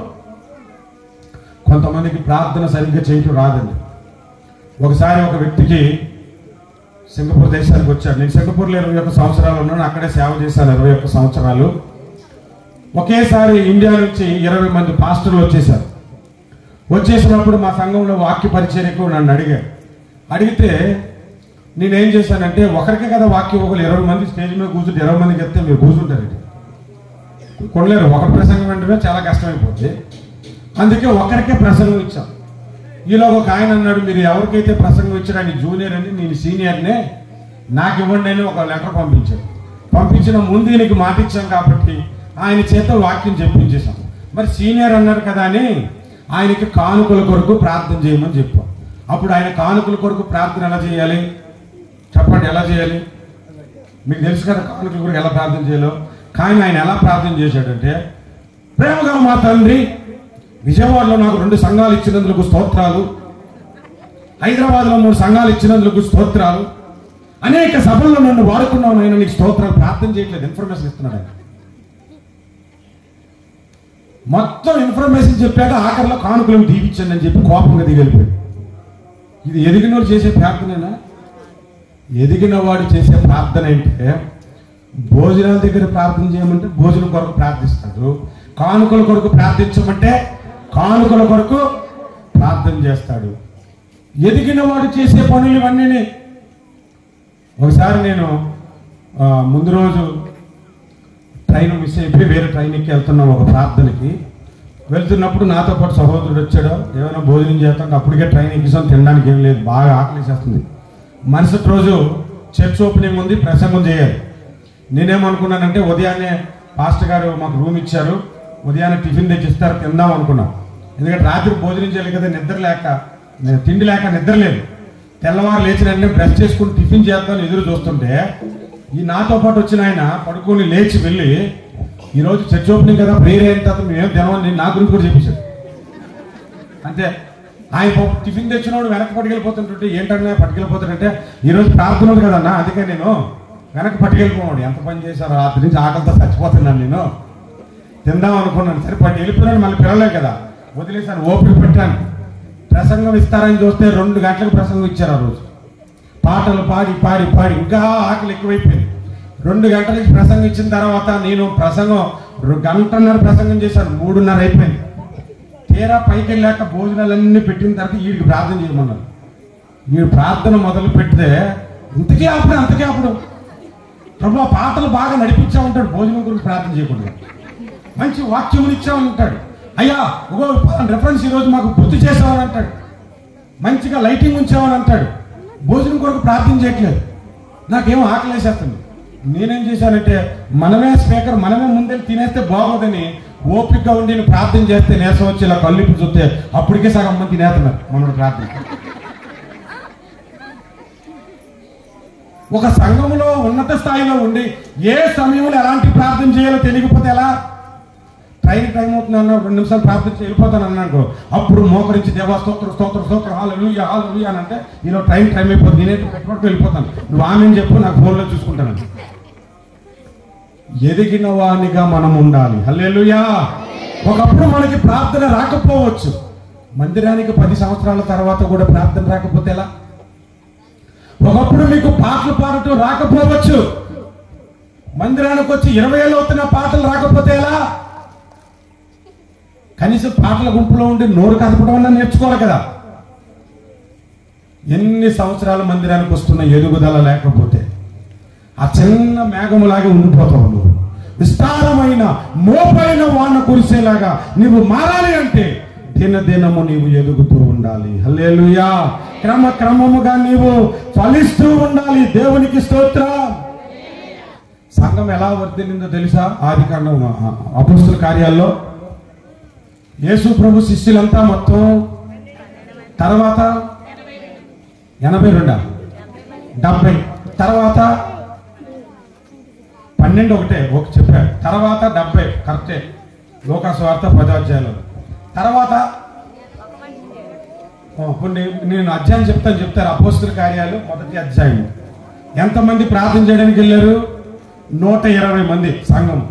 అంటే ఆదిమ సంఘము 12, 70 తర్వాత 120. ఆ 120 మందికి పరిశుద్ధాత్మ కుమ్మరింపు జరిగిన తర్వాత పేతురు ప్రసంగం చేశాడు. ఎంతమంది అప్పుడు? ఎంతమంది అయ్యారు? 3000. ఎంతమంది రక్షణ పొందారు? 3000 రక్షణ పొందారు. తర్వాత అపోస్తల కార్యాలు 6వ అధ్యాయం 1వ వచనం చదివితే శిష్యుల సంఖ్య విస్తరించుచున్నప్పుడు అని ఉంది. 7వ అధ్యాయం 9వ అధ్యాయం 31వ వచనం కూడా మీరు చదివితే వాక్యము ప్రబలి సంఘము విస్తరించుచుండెను అని రాయబడి ఉంది. మొదట ఒక సంఘమే సంఘములుగా విస్తరిస్తూ విస్తరిస్తూ విస్తరిస్తూ ఈనాడు ప్రపంచంలో కొన్ని కోట్ల సంఘాలు ఉన్నాయి. దేవునికి చప్పట్లు కొడతాం సార్. హల్లెలూయా. ఎన్ని సంఘాలు ఉన్నాయి ఇప్పుడు? సంఘం ఎక్కడ ప్రారంభమైంది? చిన్న ఇశ్రాయేలీల దేశంలో ప్రారంభమైంది. ఇశ్రాయేలీల దేశం మ్యాప్లో చూస్తే ఒక చుక్క పెడితే ఎంత ఉంటుంది అంతే. మొత్తం కలిపితే 50 కిలోమీటర్ల దూరం కూడా ఉండదు. గుంటూరు జిల్లా అంతా కూడా ఉండదు ఇశ్రాయేల్ దేశం. అక్కడ ప్రారంభమైన సంఘము ఈనాడు అన్ని దేశాల్లో ఉంది. దేవునికి స్తోత్రం. మత్తయి సువార్త 13వ అధ్యాయంలో యేసు ప్రభు ఒక ఉపమానం చెప్పాడు. నేను క్రమముగా ఎదుగుతంటే ఏంటో చెప్తున్నాను. ఏంటంటే ఆవగింజ విత్తనములన్నిటిలలో చిన్నదే గాని అది నాటబడి పెరిగి మొక్కై పెరిగిన తర్వాత ఎంతగా విస్తరిస్తుంది? ఆకాశ పక్షులు వచ్చి దాని మీద నివాసము చేయునంతగా విస్తరిస్తుంది అన్నాడు. దేని కొరకు చెప్పాడు అది? ఆ ఉపమానము సంఘము కొరకు. సంఘము యెరూషలేములో ప్రారంభమైనప్పుడు ఆవగింజే. ఇప్పుడు 2024లో సంఘం అంటే ఒక్క మీ సంఘం అనుకోకండి, మొత్తం సంఘాలు, ప్రపంచంలో అన్ని సంఘాలు, అమెరికాలో ఉన్న సంఘం, సింగపూర్లో ఉన్న సంఘము, జర్మనీలో ఉన్న సంఘము, రష్యాలో ఉన్న సంఘాలు, దుబాయ్లో ఉన్న సంఘాలు, ఈ గుంటూరులో ఉన్న సంఘాలు, పల్నాడు జిల్లాలో ఉన్న సంఘాలు, మొత్తం ఆంధ్ర, తెలంగాణ, ఒరిస్సా అన్ని రాష్ట్రాల్లో అన్ని దేశాల్లో ఉన్న సంఘం అంతా, క్రైస్తవ సంఘము మొత్తం కలిపితే ఎంత ఉంటుంది? ఇప్పుడు మహావృక్షం అయిపోయింది. దేవునికి స్తోత్రం. చిన్నదిగానే ప్రారంభమైంది, గొప్పగా దేవుడు ఆశీర్వదించాడు. ఎందుకు ఈ మాట చెప్తున్నాను తెలుసా? నువ్వు చిన్నగానే అనుకుంటున్నావేమో, నిన్ను గొప్పగా ఆశీర్వదించటానికే దేవుడి సభ ఏర్పాటు చేశాడు. నా స్థాయి చిన్నదనుకుంటున్నావేమో, నిన్ను ఉన్నతమైన స్థాయిలోనికి తీసుకెళ్తాడు దేవుడు. హల్లెలూయా. నేను సూట్ వేసుకున్నాను కదా, చూస్తున్నాను, నన్ను చక్కగా టక్ చేసుకుని వచ్చాను కదా. 16 దేశాల్లో దేవుని వాక్యం చెప్పాడు. Dubai, Sharjah, Abu Dhabi, Singapore, Malaysia, Indonesia, China, Hong Kong, Thailand, Vietnam, Maldives, చాలా చోట్లకి వెళ్ళాను. 16 దేశాలకు వెళ్ళాను. సింగపూర్ దేశంలో 21 సంవత్సరాలు సేవ చేశాను. ఇప్పుడు నేను ఎంత చదువు ఉంటానో మీరు చెప్పండి. ఒక ఊహ చెప్పండి, ఎంత చదువు ఉంటాను? ఎంత చదువు ఉంటాను? వీడు సూట్ వేసుకొని వచ్చాడు అని అంటే మాస్టర్ డిగ్రీ చేసుకుంటాడు. నేను చదివింది ఏంటంటే 7th క్లాస్ చదివాను నేను. దేవుడు ఆ స్థితిలో నన్ను ఆశీర్వదిస్తే సింగపూర్లో 2 సంఘాలు కట్టడానికి కృప చూపించాడు. హల్లెలూయా. మా సంఘము మొత్తం ఖర్చు ₹1,00,00,000 ఉంటుంది. సామాన్లు వాపడు. 7th క్లాస్ చదువుకున్న నేను దేశం కాని దేశంలో సువార్త చెప్పాను, సంఘం కట్టాను, వేరు వేరు దేశాలకు వెళ్ళి సువార్త చెప్పాను. మన ఇండియాలో వేరు వేరు రాష్ట్రాలకి వెళ్ళి సువార్త చెప్పాను. ఈ మధ్యకాలంలో ఒరిస్సాలో సువార్త చెప్పాం. అక్కడ సంఘాల్లో కూడా బహిరంగ సభల్లో వాడుకుంటారు. చిన్నవాడినే దేవుడు వాడుకున్నాడు. నేనేం పెద్ద చదువుకోలేదయ్యా, మా ఊరి పేరు చెప్తే పక్కన ఉన్న జిల్లావాడికి కూడా తెలీదు అనుకుంటున్నావేమో. దేవుడు నిన్ను ఆశీర్వదిస్తే, దేవుడు నిన్ను దీవిస్తే ఉన్నత స్థితికి నిన్ను తీసుకొని వెళ్ళిపోతాడు. హల్లెలూయా. నీ పరిస్థితిని దేవుడు మార్చగలడు. మనం ఎప్పుడు దేవుని గురించి ఆలోచించినా మీ పాకెట్లో మనీ చూడొద్దు, దేవుడి పాకెట్లో మనీ చూడద్దు. మీ పాకెట్లో మనీ చూస్తే మీరు పెద్దగా కార్యాలు చేయలేరు. దేవుడి పాకెట్లో మనీ చూస్తే అది అనంతం. మీరు ఎంత పని అయినా దేవుని పని చేయటానికి సిద్ధపడిపోవచ్చు. హల్లెలూయా, హల్లెలూయా. మొట్టమొదటిగా మనం ఏం నేర్చుకున్నాము? చిన్నది. రెండవది, చిన్నది కాస్త పెద్దదైపోవాలి, విస్తరించాలి, విశాలమైపోవాలి. ఇది రెండవదిగా మనం నేర్చుకున్నాము. హల్లెలూయా. మీకు ఉత్సాహం రప్పించడానికి ఒక విషయం చెప్తాను. ఒక స్కూల్లో ఒక చిన్న పోటీ పెట్టారు. బద్ధకస్తులు ఎవరో అనే ఒక పోటీ పెట్టారు. పెడితే అందులో ఎక్కువ బద్ధకస్తుడిగా ఎవరైతే విన్ అవుతారో వారికి ప్రత్యేకమైన ప్రైజ్ ఉంటుందని చెప్పారు. అందరూ సిద్ధంగా కూర్చొని ఉన్నారు. మాస్టర్ వచ్చాడు. మీలో బద్ధకస్తులు ఎవరో వాళ్ళు చేతులు ఎత్తారంటే అందరూ చేతులు ఎత్తారు. ఒకటి చేయత్తారు. ఏరా నువ్వెందుకు చేయట్లేదంటే నాకు చేయత్తరాని కూడా బద్ధకం అన్నాడు. గిఫ్ట్ అడిగి ఇచ్చేశాడు. గిఫ్ట్ తీసుకెళ్ళి అడిగి ఇచ్చేశాడు. ఇప్పుడు ఎందుకు ఈ ఉపమానం చెప్పానో తెలుసా? కారణం ఏంటో తెలుసా? అందరూ బద్ధకస్తుల్లో ఇంకొక బద్ధకస్తుడు ప్రత్యేకంగా ఉన్నట్లుగా ఇంతమందిలో ఒక్కడన్నా ఈ వాక్య ప్రకారంగా నా స్థాయి చిన్నదే కానీ దేవుడు నన్ను విస్తారంగా ఆశీర్వదిస్తాడని విశ్వసించి ప్రార్థన చేసి దీవించబడతాడేమో అదే ఆశతో నేను వచ్చాను. అదే ఆశతో ఇక్కడ సభలు జరుగుతున్నాయి. తెలుసా, దేవుడు మిమ్మల్ని ఆశీర్వదించడానికి ఇక్కడికి తీసుకుని వచ్చాడు. హల్లెలూయా. మన స్థాయి చిన్నదైనా దేవుడు మనలను ఆశీర్వదించే దేవుడు. ఆదాము అవ్వలను దేవుడు చేసినప్పుడు ఇద్దరే కదా. దేవుడు వాళ్ళని ఏమని ఆశీర్వదించాడు? మీరు ఫలించి అభివృద్ధి చెంది విస్తరించండి అని ఆశీర్వదించాడు. మిమ్మల్ని కూడా దేవుడు ఆశీర్వదిస్తే విస్తరించబడతారు, విశాలపరచబడతారు. మీ ఆస్తి అధికమవుతుంది, మీ ఆరోగ్యము బాగుపడుతుంది, మీరు అనేక ఆత్మలను సంపాదిస్తారు. గొప్ప కార్యాలు చేయటానికి దేవుడు మిమ్మల్ని వాడుకుంటాడు. హల్లెలూయా. వాక్యంలో 2 విషయాలు చెప్పారు. మొట్టమొదటిది చిన్నది, రెండోది క్రమక్రమముగా మనము విస్తరించాలి అని. మూడో విషయం మేఘము. చెప్పండి ఒకసారి. తర్వాత మేఘములు. ఫస్ట్ మేఘమే కదా, చిన్న మేఘము ఒకటి. తర్వాత 45వ వచనంలో మేఘములు. మేఘము అంటే బైబిల్లో ఆత్మీయ అర్థం ఏంటో తెలుసా? మొట్టమొదటి అర్థం నేను చెప్తాను. పరిశుద్ధాత్మకు మేఘము సూచనగా ఉన్నది. సొలొమోను దేవాలయములో మేఘములు రాగాను. సొలొమోను దేవాలయములో మేఘములు రాగాను. కాంతికి భరించలేక మొత్తం బయటికి పోయారంట. అది పరిశుద్ధాత్మ మేఘము. మేఘము పరిశుద్ధాత్మకు పోలిక, మొట్టమొదటి పోలిక. రెండవ పోలిక హెబ్రీ పత్రిక 12వ అధ్యాయము 1వ వచనం చూడండి. హెబ్రీ పత్రిక, ఎంత గొప్ప సాక్షి సమూహము మేఘము వలె మనలను ఆవరించి ఉన్నందున. చూడండి, సాక్ష్యము కలిగిన ప్రతి విశ్వాసి, ప్రతి సేవకుడు, ప్రతి సంఘబద్ధ, వీళ్ళందరూ కలిపితే ఒక పెద్ద మేఘము. ఇప్పుడు మేఘము దేంతో పోల్చబడింది? సంఘముతో పోల్చబడింది. మేఘము పరిశుద్ధాత్మకు పోలిక, మేఘము సంఘమునకు పోలిక. ఇంకొకటి, మేఘము విశ్వాసికి కూడా పోలికే.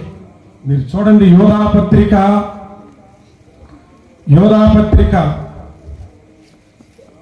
ఒకే ఒక అధ్యాయం అండి. 12వ వచనములో అవసరమైన మాట నేను చదువుతున్నాను, చూడండి. వీరు గాలి చేత ఇటు అటు కొట్టుకుని పోవు నిర్జల మేఘములుగాను, వీరు నిర్జల మేఘములుగా ఉన్నారంట. ఎవరు?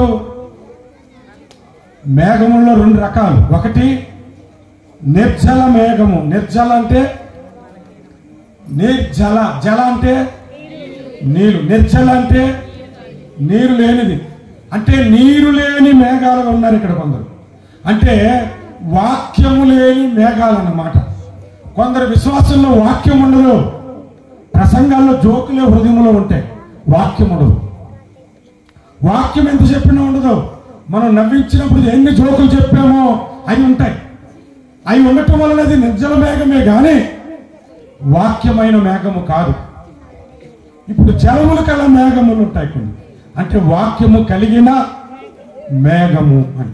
అంటే ఇప్పుడు మీరు ఆలోచన చేయండి, మేఘము దేనికి పోలిక? ఇప్పుడు విశ్వాసికి పోలిక. 3 పోలికలు చెప్పాను. ఒకటి మేఘము పరిశుద్ధాత్మకు, 2 మేఘము సంఘమునకు, 3 మేఘము విశ్వాసులకు. నీళ్ళ గల మేఘమైతే వాక్యమున్న విశ్వాసులకు, నీళ్లు లేని మేఘమైతే వాక్యము లేని విశ్వాసులకు సాదృశ్యముగా ఉన్నది. మనం మూలవచనంలో నీళ్లు కలిగిన మేఘాల, ఉత్తి మేఘాలయ్యాయి. మరి మోపైన వర్షం కురిసిందంటే నీళ్లు కలిగిన మేఘాలే దేవుడికి కావాలి, నీళ్లు లేని మేఘాలు అవసరం లేదు కదా. కాబట్టి ఇప్పుడు ఈ 3 పోలికలలో ఏ మేఘాన్ని తెచ్చి ఇక్కడ పెడదాము? మనం 1వ రాజులు 18వ అధ్యాయంలో మనం మూలవచనానికి ఏ పోలికను తెచ్చి పెడదాము? ఏ పోలికను తెచ్చి పెడదంటే విశ్వాసి అను మేఘమును మొదట పోలుద్దాం. ఎందుకంటే మొదట ఒక మేఘమే కదా, తర్వాత మేఘాలు వచ్చాయి. అంటే విశ్వాసులనే మేఘములు వచ్చాయి అన్నమాట. ఈ విశ్వాసులనే మేఘములంతా కలిపితే అక్కడ ఎటువంటి వర్షము కురవాలి? మోపైన వర్షము కురవాలి. హల్లెలూయా. అర్థమవుతుంది అన్న అందరూ ఒకసారి హల్లెలూయా చెప్దాం.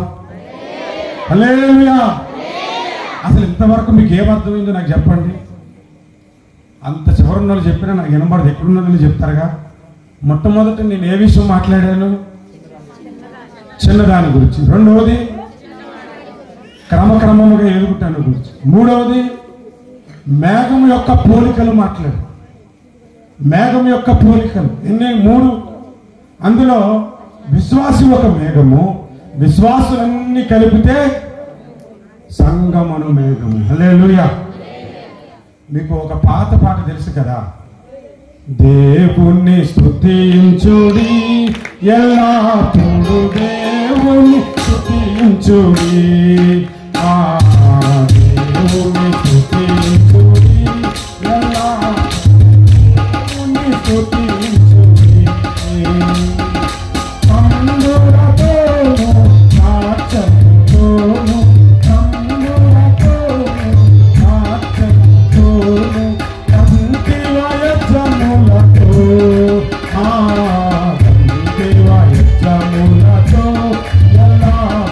దేవుని స్తుతించుడి.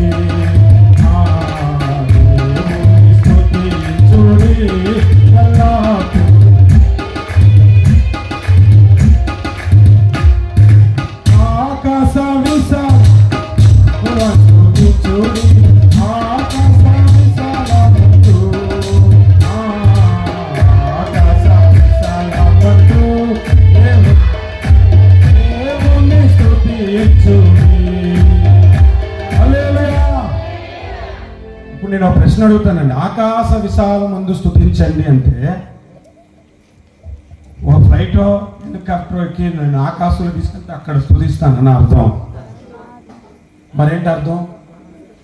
తంబూరుతో స్తుతించండి అంటే, కీబోర్డుతో స్తుతించండి అంటే మీకు తెలుసు, డోలక్తో స్తుతించండి అంటే మీకు తెలుసు, చప్పట్లు కొట్టి స్తుతించండి అంటే మీకు తెలుసు. ఆకాశ విశాలమందు స్తుతించండి అంటే అప్పుడు అర్థమేంటి? ఆకాశానికి వెళ్ళాలా లేదా? మీరు ఎప్పుడైనా ఆకాశానికి వెళ్ళి స్తుతించారా? ఒరే నువ్వు ఫ్లైట్ ఎక్కి వచ్చావు కాబట్టి ఇన్నిసార్లు చెప్తున్నావు ఈ మాట, మాకు చెప్పుకోని అనుకోకండి, నేను అందుకు చెప్పట్లే. ఆకాశ విశాలమందు స్తుతించండి అని లేఖనం రాయబడింది కాబట్టి ఒక చెట్టు తాడి చెట్టు ఎక్కి తాటిని దాన్ని పైకెక్కించండి రా, ఇక్కడ నేను స్తుతిస్తానని కాదు అర్థం. ఆకాశము అంటే ఏమిటో చెప్పనా? సంఘము. సంఘము ఎందుకు? ఎందుకు? ఆకాశంలో ఏముంటాయి చెప్పండి? సూర్యుడు ఉంటాడా? నీతి సూర్యుడైన యేసయ్య, గుర్తుపెట్టుకోండి. ఆకాశంలో ఇంకేముంటాయి? చంద్రుడు ఉంటాడు, సంఘానికి సాదృశ్యం. చంద్రబింబం అంత అందము గలదై సంఘం అన్నాడు. ఆకాశంలో ఇంకేముంటాయి? వెలుగు ఉంటుంది, సూర్యుని వెలుగు. మనము వెలుగు సంబంధులము. ఆకాశంలో ఏముంటున్నాయి? మేఘములు ఉన్నాయి. మనమును మేఘములతో పోల్చాడు, అవునా కాదా? ఆకాశం నుండి ఏమొస్తుంది? వర్షం వస్తుంది. మన నుండి కూడా వర్షమున ఆశీర్వాదాలు రావాలి అంటే ఆకాశం ఇప్పుడు దేంతో పోల్చాడు? ఇప్పుడు చెప్పండి, ఆకాశ విశాలమందు స్తుతించండి అంటే సంఘములో దేవుణ్ణి స్తుతించండి అని అర్థం. హల్లెలూయా, హల్లెలూయా. ఆకాశములో ఏవైతున్నాయో అవన్నీ సంఘములో ఉంటాయి. ఆకాశంలో సూర్యుడు ఉన్నాడు, సంఘములో యేసు సూర్యుడు, నీతి సూర్యుడు ఉన్నాడు. ఆకాశంలో చంద్రుడు ఉన్నాడు, మనకు చంద్రుడు ఉంటాడు. ఆకాశంలో నక్షత్రాలు ఉన్నాయి. సువార్త చెప్పేవాడు నక్షత్రములతో పోల్చబడ్డాడు. దానియేలు గ్రంథం 12:3లో. ఫిలిప్పీ పత్రికలో వాక్యమును ప్రకటిస్తున్నవాడు జ్యోతిని పోలి ఉన్నాడని రాయబడి ఉంది. అంటే ఆకాశం అనగా ఆత్మీయ అర్థం ఏమిటంటే సంఘము.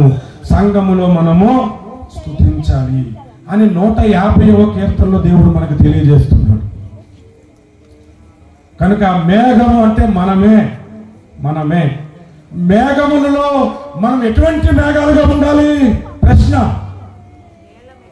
నేళ్లు కలిగిన మేఘముగా ఉండాలి. అంటే వాక్యము కలిగిన మేఘముగా మీరుంటే మీ ద్వారా వర్షము కురపబడుతుంది, వర్షము కురుస్తుంది. వర్షము బైబిల్లో దేనికి పోలికగా ఉన్నదో చకచకమని నేను కొన్ని రిఫరెన్సులు చెప్తాను. టకాటకమని మీరు తీసి చదవాలి. చకచకమని నేను చెప్తుంటే మీరు టకటకమని తీసి చదవాలి. యెహెజ్కేలు గ్రంథము 34వ అధ్యాయము 26వ వచనం. యెహెజ్కేలు గ్రంథము 34:26. నా పర్వతము చుట్టుపట్ల స్థలములను దీవెనకరముగా చేయుదును, ఋతువుల ప్రకారము వర్షము కురిపించేదను, దీవెనకరమగు వర్షమును కురిపించేదను. 84వ కీర్తన 6వ వచనములో కూడా దీవెనకరమగు వర్షము అని అక్కడ కూడా రాయబడి ఉంది. అంటే వర్షము దీవెనకరం అన్నమాట. మనకు రావాల్సిన వర్షం ఏమిటి? ఆకాశం నుండి వర్షమా? నేనైతే ఉదయం ప్రార్థన చేశాను, ఈరోజు వర్షం ఉండకూడదు ప్రభువా, వర్షం అంటే కూటం జరగదేమో అని. మధ్యాహ్నం 1 గంట దాకా గుంటూరులో అయితే వర్షం ఏమని ఇక్కడ ఉందో లేదో నాకు తెలియదు, కానీ ప్రార్థన చేసాం. మధ్యాహ్నం 1 గంట తర్వాత నుంచి వర్షం క్రమక్రమంగా తగ్గిపోవటం మొదలైంది. కానీ ఆ వర్షం ఆగమన్నాను, కానీ దీవెనైన వర్షము ఇక్కడ కురవాలని ప్రార్థన చేశాను. హల్లెలూయా. ఆ దీవెనకరమైన వర్షము మీరు మేఘములైతే, వాక్యమైన మేఘములైతే మీరు ఎక్కడ ప్రార్థన చేస్తారో, ఎక్కడ పరిచయం చేస్తారో, ఎక్కడ ఏ మందిరములో ఉంటారో అక్కడ దీవెనకరమైన వర్షములు కురవబడతాయి. హల్లెలూయా. వర్షం అంటే ఏమిటి? మొట్టమొదటిగా దీవెన. దీవెన. రెండవది చూడండి బైబిల్లో నుంచి 72వ కీర్తన 6వ వచనం. 72వ కీర్తన 6వ వచనం. ఉరుమును తడుపు మంచి వర్షము వలెను,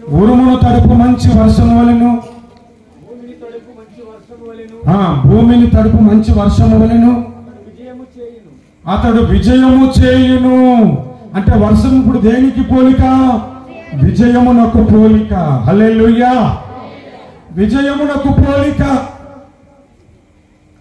4 రోజుల కిందట గుండుగోళంలో సభ జరిగింది.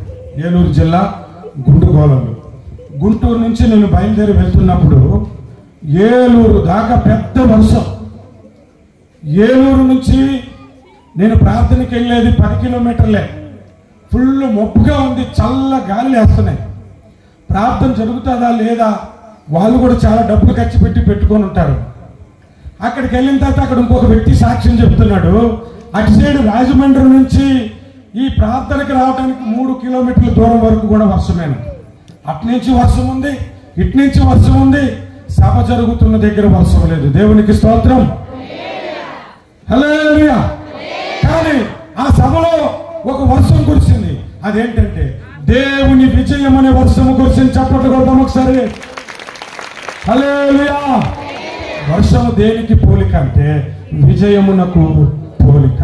నువ్వు నీళ్లు కలిగిన చిన్న మేఘమైన పర్వాలేదు, మోపైన వర్షమునకు నువ్వు మాదిరివైపోతావు. మోపైన వర్షమునకు నీవు త్రోవైపోతావు. మోపైన వర్షము నీ ద్వారా కురుస్తుంది. దీవెనకరమైన వర్షము కురుస్తుంది.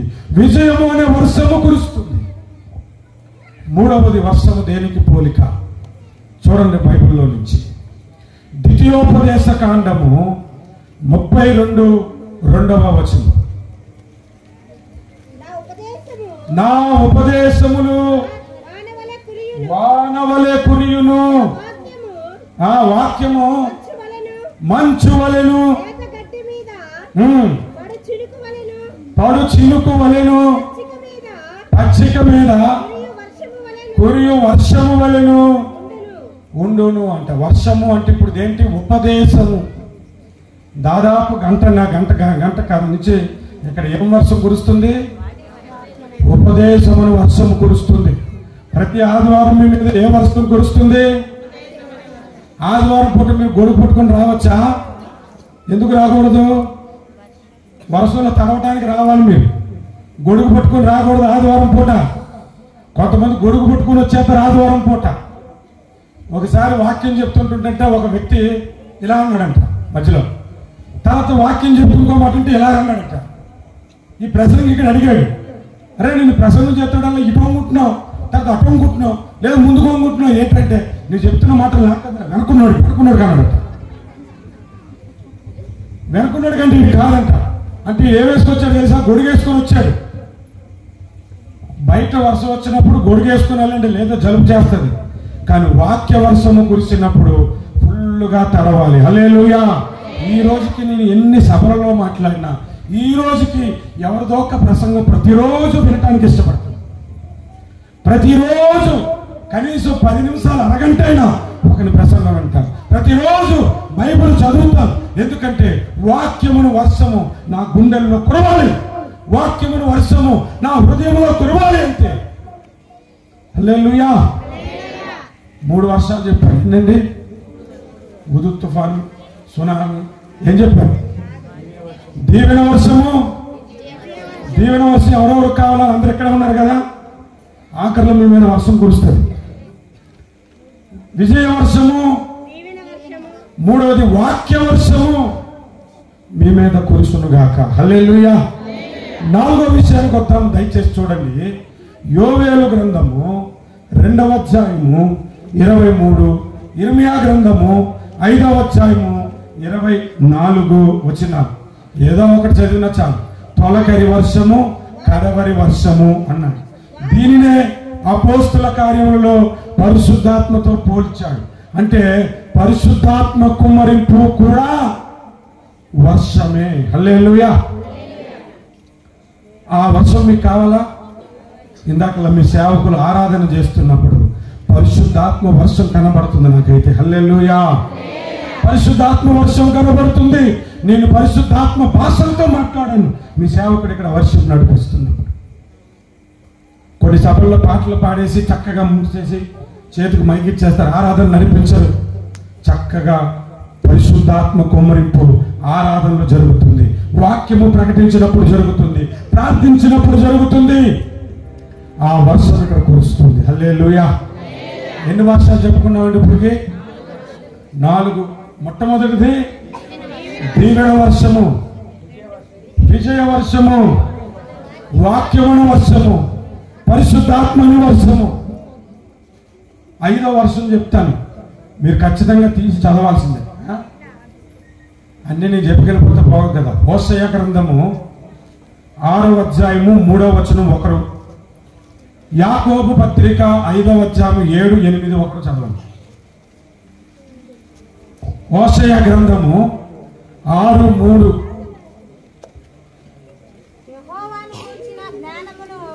యెహోవాను గూర్చిన జ్ఞానము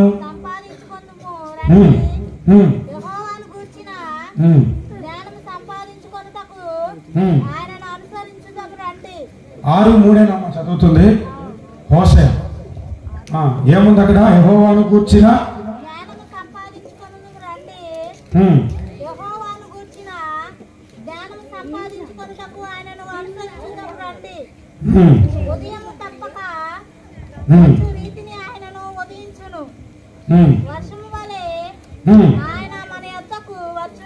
వర్షము వలె ఆయన మన యొద్దకు. ఇప్పుడు వర్షం ఎవరు? దేవుడే వర్షము. హల్లెలూయా. కొంతమంది వరుణ దేవుడు అంటారు కదా, అది కూడా మన యేసయ్య. దేవునికి స్తోత్రం, చప్పట్లు కొట్టండి. హల్లెలూయా. కొంతమంది ధనదేవుడు అంటారు కదా, అది కూడా మన యేసయ్య. మిమ్మల్ని ధనవంతులుగా చేయటానికి వచ్చాడు. ఆల్ ఇన్ వన్ మన దేవుడు. దేవునికి స్తోత్రం. దేవుడే వర్షము. యాకోబు పత్రికలో మనం చూస్తే 5:7 రైతు సహోదరులారా, ప్రభువు రాకడ వరకు ఓపిక కలిగి ఉండుడి. కూడుడి, చూడుడి.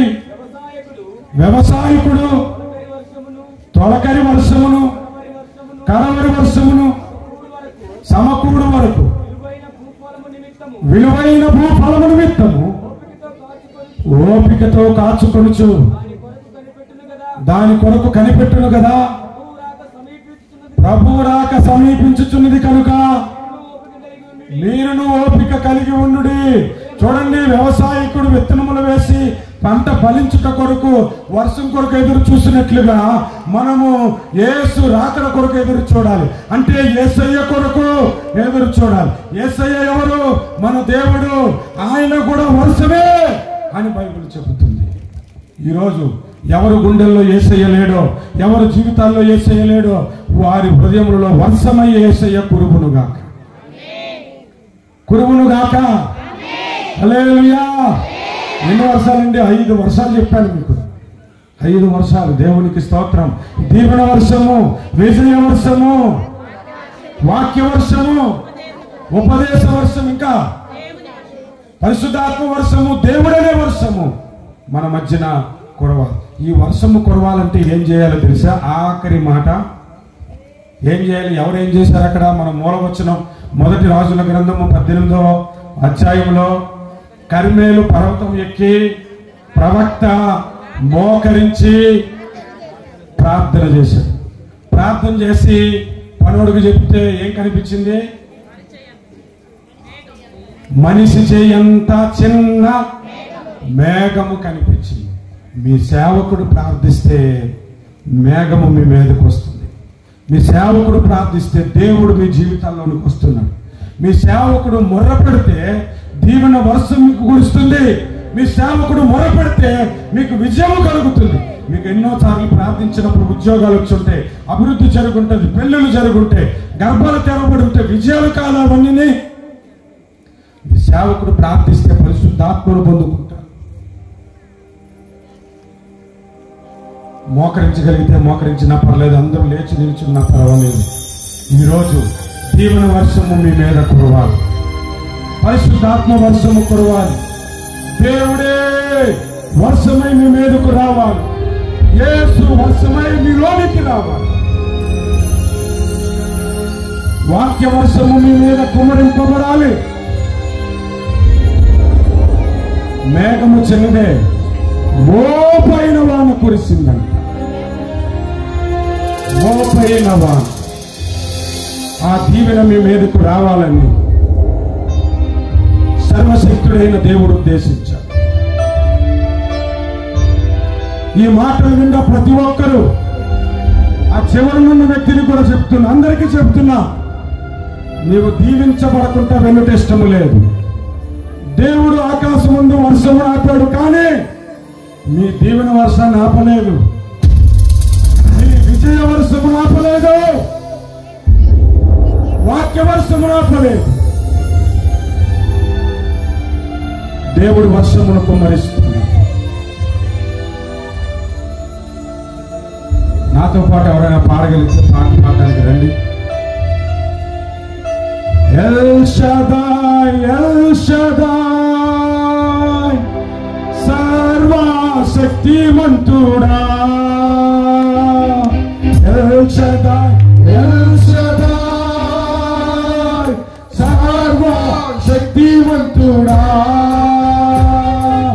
సర్వశక్తిమంతుడా.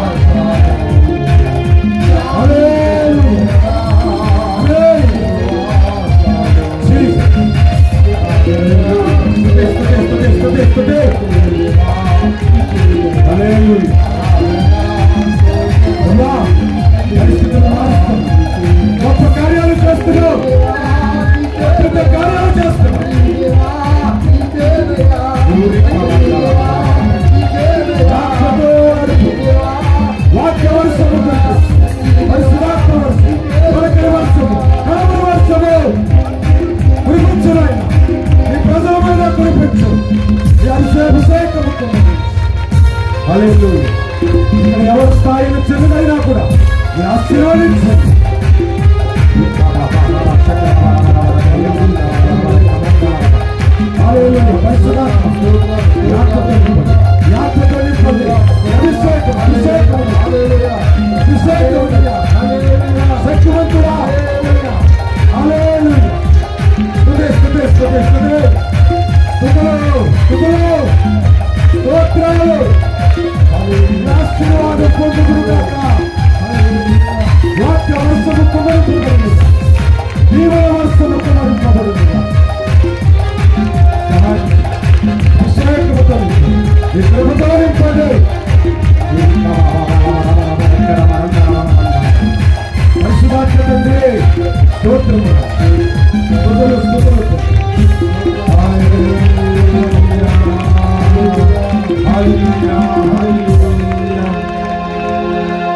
రాజులకు రాజు, ప్రభువులకు ప్రభువు, ఆకాశమందాసీనుడైన వాడు మాట్లాడుతున్న మాట ఇక్కడున్న ప్రతి ఒక్కరూ దీవించబడుతున్నారు. ఈ దినము నుండి ఈ రోజు వరకు అనేకమైన అప్పుల సమస్యలతో, ఆర్థిక సమస్యలతో నువ్వు ఇబ్బంది పడుతున్నావేమో. ఈ రోజు దీవెనకరమైన వర్షము నీ మీద కురిసింది. నువ్వు చిన్నవాడువే, అధిక సంపాదన దేవుడు నీకు ఇవ్వబడుతున్నాడు. పొందుకున్న నడుకున్నందరూ చప్పటి దేవుడిని స్తుతించండి. నాకు ఆరోగ్యం పాడైపోయింది, నేను ఎందుకు పనికిరాలనుకుంటున్నావేమో. దేవుడు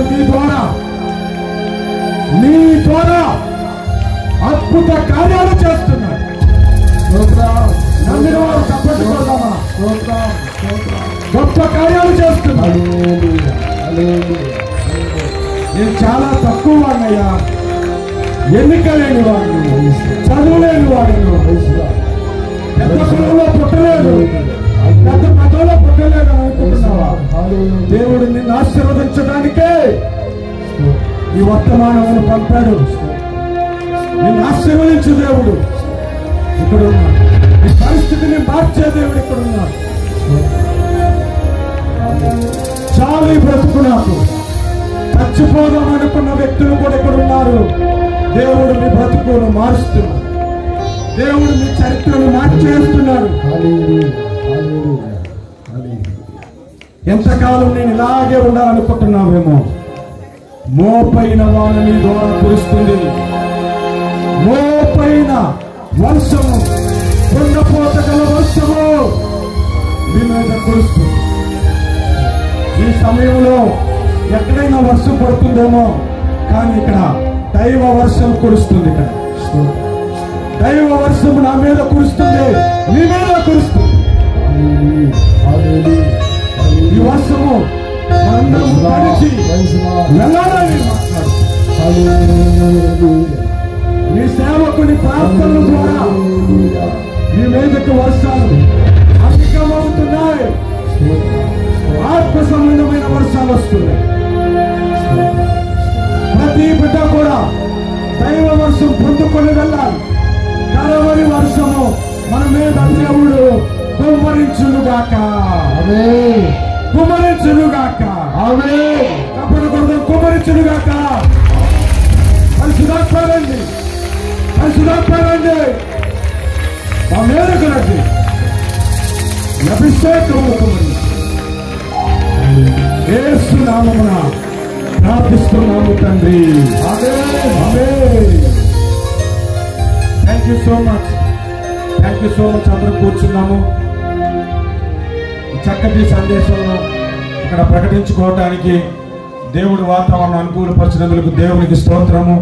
నన్ను ప్రేమతో ఇక్కడికి పిలిచిన దైవ సేవకులకి మరొకసారి వందనము. ఇక్కడికి వచ్చిన ప్రతి ఒక్కరూ మీరు ఇళ్ళకి వెళ్ళిపోయిన తర్వాత అయినా వెళుతూనైనా మోపైన వర్షము నా ద్వారా కురువునుగాక అని ప్రార్థన చేసుకుని వెళ్ళండి. దేవుడి యొక్క మీద నుంచి మిమ్మల్ని ఆశీర్వదించబోతున్నాడు. ఇది దేవుని సేవకుని నోటి మాట, ఆయన సేవకుని నోటి మాటను ఆయన దృఢపరచు దేవుడు. ఆమేన్. ఈ సమయాన్ని తిరిగి మీ సేవకులకు నేను అప్పగిస్తాను.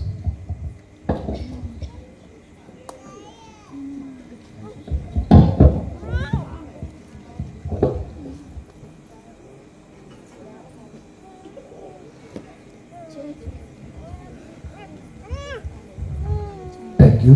ఈ సమయంలో మనల్ని ప్రేమించి ఈ రాత్రి ఈ రెండవ ఈ రక్షణ సభలో దైవ వర్తమానాన్ని అందించడానికి మన మధ్యలోకి వచ్చినటువంటి దైవ సేవకులు సుదర్శన్ గారు అనేకమైనటువంటి దేశాల్లో స్వార్థను ప్రకటన చేస్తూ ఇటీవల కాలంలో గుంటూరు ప్రాంతంలో అనేకమైనటువంటి ప్రాంతాల్లో వాడబడుతూ గత నెలలు నాకు నిన్న వాక్యమును ప్రకటించినటువంటి రవీంద్ర మాస్టర్ గారు అన్నయ్యని బట్టి నాకు అయ్యగారు పరిచయం అయ్యారు. థ్యాంక్ యూ అయ్యగారు. అన్నయ్యని అడిగినప్పుడు పాస్టర్ గారు నెంబర్ ఇచ్చి నేను ఆయన్ని కలవలేదు కానీ ఓన్లీ ఫోన్ మాత్రమే చేశాను. నా ఫోన్ అటెండ్ చేసి మన మధ్యలోనికి ఈరోజు దేవుని గంభీరమైనటువంటి వర్తమానాన్ని అందించడానికి దైవ సేవకు నాట దేవుని మాట స్థిరపరచడానికి స్థలానికి దేవుని నడిపించారు. వారి కుటుంబంతో పాటు మన మధ్యలోనికి రావడం ఎంత సంతోషం. మరొకసారి సంఘ పక్షాన, పెద్దల పక్షాన, నా కుటుంబ పక్షాన వారికి హృదయపూర్వకమైనటువంటి వందనాలు తెలియజేస్తూ ఉన్నాను. ముగింపులోకి వచ్చి ఉన్నాం. ఈరోజు ఉదయము వర్షము కారణము చేత ఎన్నో ఆలోచనలు, ఇక్కడ టెంట్ వేయాలా లేకపోతే కుర్చీలు వేయాలా అని. కానీ మీ అందరికీ ఒక మాట చెప్పాలి. నేను అభినందిస్తూ ఉన్నాను. చాలామంది దేవాలయంలోకి వచ్చి ప్రార్థన చేశారు. వారందరికీ హృదయపూర్వకమైన వందనాలు తెలియజేస్తూ ఉన్నాను. నేనైతే ఆ చర్చలకు రావట్లేదు కానీ పాస్టర్ గారు కలిసి చక్కగా స్త్రీ సమాజం వారందరూ కూడా ప్రార్థన చేస్తూ ఉన్నారు. మీ ప్రార్థన సహకారం బట్టి ఈరోజు ఇంతటి అద్భుతమైన ఒక చక్కని వాతావరణంలో ఈ కూటాన్ని జరిపించుకోవడానికి దేవుడు తన కృపను అనుగ్రహింపజేశారు. ఏమిచ్చిన రుణాన్ని మనం తీర్చాలి. కేవలము ఇంతటి గొప్ప ధన్యతను దేవుడు ఇచ్చారు కనుక మనము నోరారా హృదయపూర్వకంగా దేవునికి కృతజ్ఞతాస్తుతులు చెల్లించటే మనం చేయగలిగినటువంటి ఉపకారం. మీ అందరికీ కూడా హృదయపూర్వకమైనటువంటి వందనాలు తెలియజేస్తూ ఉన్నాను. అలాగే సంఘ పెద్దలందరికీ కూడా ప్రత్యేకమైనటువంటి వందనాలు తెలియజేస్తుంది. ప్రాముఖ్యంగా వాళ్ళు ఈరోజు ఇది చేయడానికి నాకు ఫోన్ చేసి అయ్యారు ఏం చేద్దాం, టెంట్లు వేద్దామా, కుర్చీలు వేద్దామా అని దాని గురించి ఆలోచన చేస్తూ అప్పుడు అనిపించింది ఇది పైకి లేవదు కానీ లేస్తే జాకిలు పెట్టి పైకి లేపి అక్కడ కూట పెడదాం అన్నట్టు ఉండే. కానీ వారు కూడా ఎంతో శ్రమ పడుతూ ఈ 2 దినాలు కూడా చాలా అద్భుతంగా సంఘ పెద్దలు పరిచయం చేస్తున్నారు. వాళ్ళు నిలబడే ఉంటున్నారు అక్కడ. మీ అందరికీ సెక్యూరిటీ గార్డులు అయిపోయిన వాళ్ళు కూటమి అయ్యే వరకు నిలబడి అన్నీ చూసుకోవడం. వారికి ప్రత్యేకమైనటువంటి వందనాలు తెలియజేస్తూ ఉన్నాను పెద్దలందరికీ కూడా.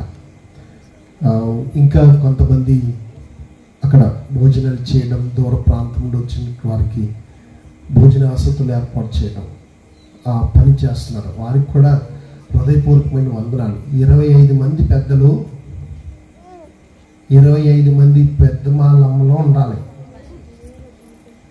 5 ఉంటున్నారండి.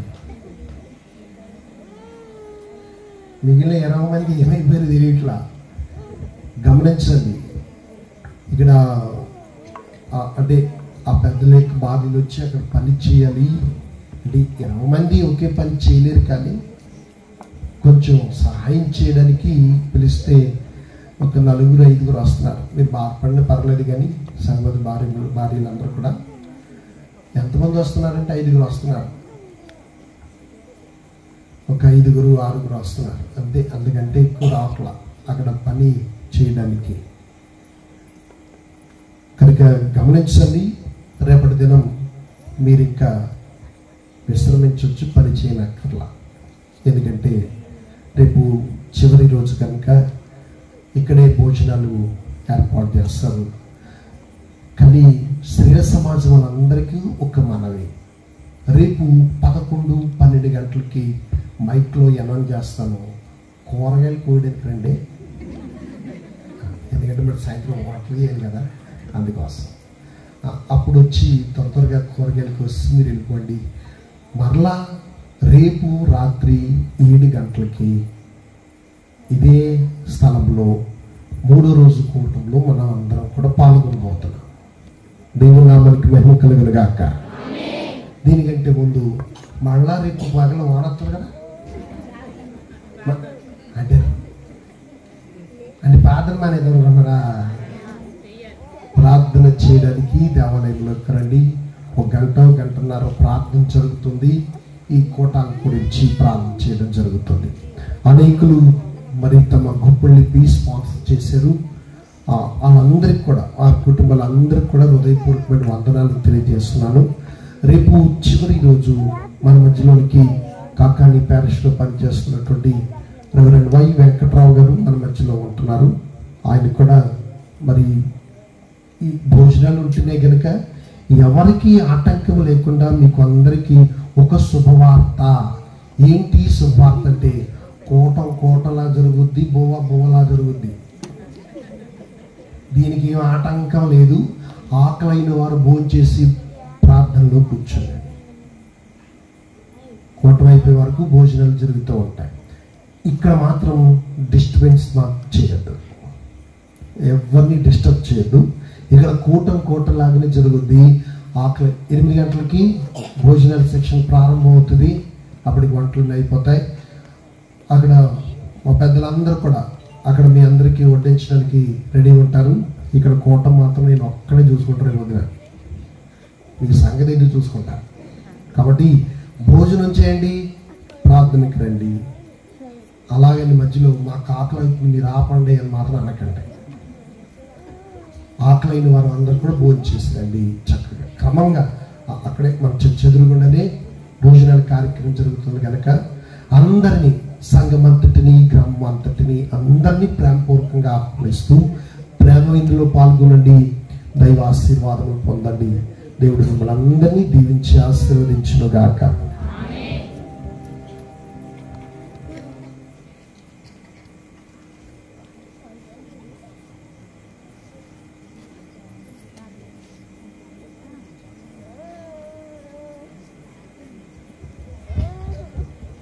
గమనించండి, మరొక విషయాన్ని జ్ఞాపకం చేస్తున్నాను. రేపటి దినము సంఘ పెద్దలందరూ కూడా 25 మంది సంఘ పెద్దలు అందుబాటులో ఉన్నారు. అందరూ ఎవరు కూడా పనికి వెళ్ళొద్దు. కనుక కొంతమంది పనికి వెళ్తున్నారండి, అంటే రాత్రి కూటం కదా పగలు పని చేసుకుని వద్దామని. రేపటి రోజు మాత్రం పనికి వెళ్ళొద్దు. ఇక్కడ చాలా పని ఉన్నది కనుక ఇక్కడే పని చేయండి. అది మీరు పనికి వెళ్తే కూలి వస్తుంది, కానీ ఇక్కడ పనికి వెళ్తే ఇది కూడా పనే, ఆశీర్వాదాలు వస్తాయి. ఇంకా అనేక దినాలు మీరు పని చేసుకోగలుగుతారు. సంఘ పెద్దలందరూ కూడా రేపటి దినాన్న పనికి వెళ్ళకుండా ఇక్కడ ఈ భోజనాల సెక్షన్ అన్నింటిలో మీరు చూసుకోవాలని ప్రేమతో మనం చేస్తున్నాను. ఇక చాలా సరుకులు అయి తీసుకురావాలి. ఇవన్నీ కూడా వంట మేస్తులకి సహకరించండి, స్త్రీల సమాజం వాళ్ళు కూడా సహకరించాలని ప్రేమతో మనం చేస్తున్నాం. రేపు రాత్రి మరలా 7 గంటలకి ఆరాధన ప్రారంభించడం జరుగుతుంది.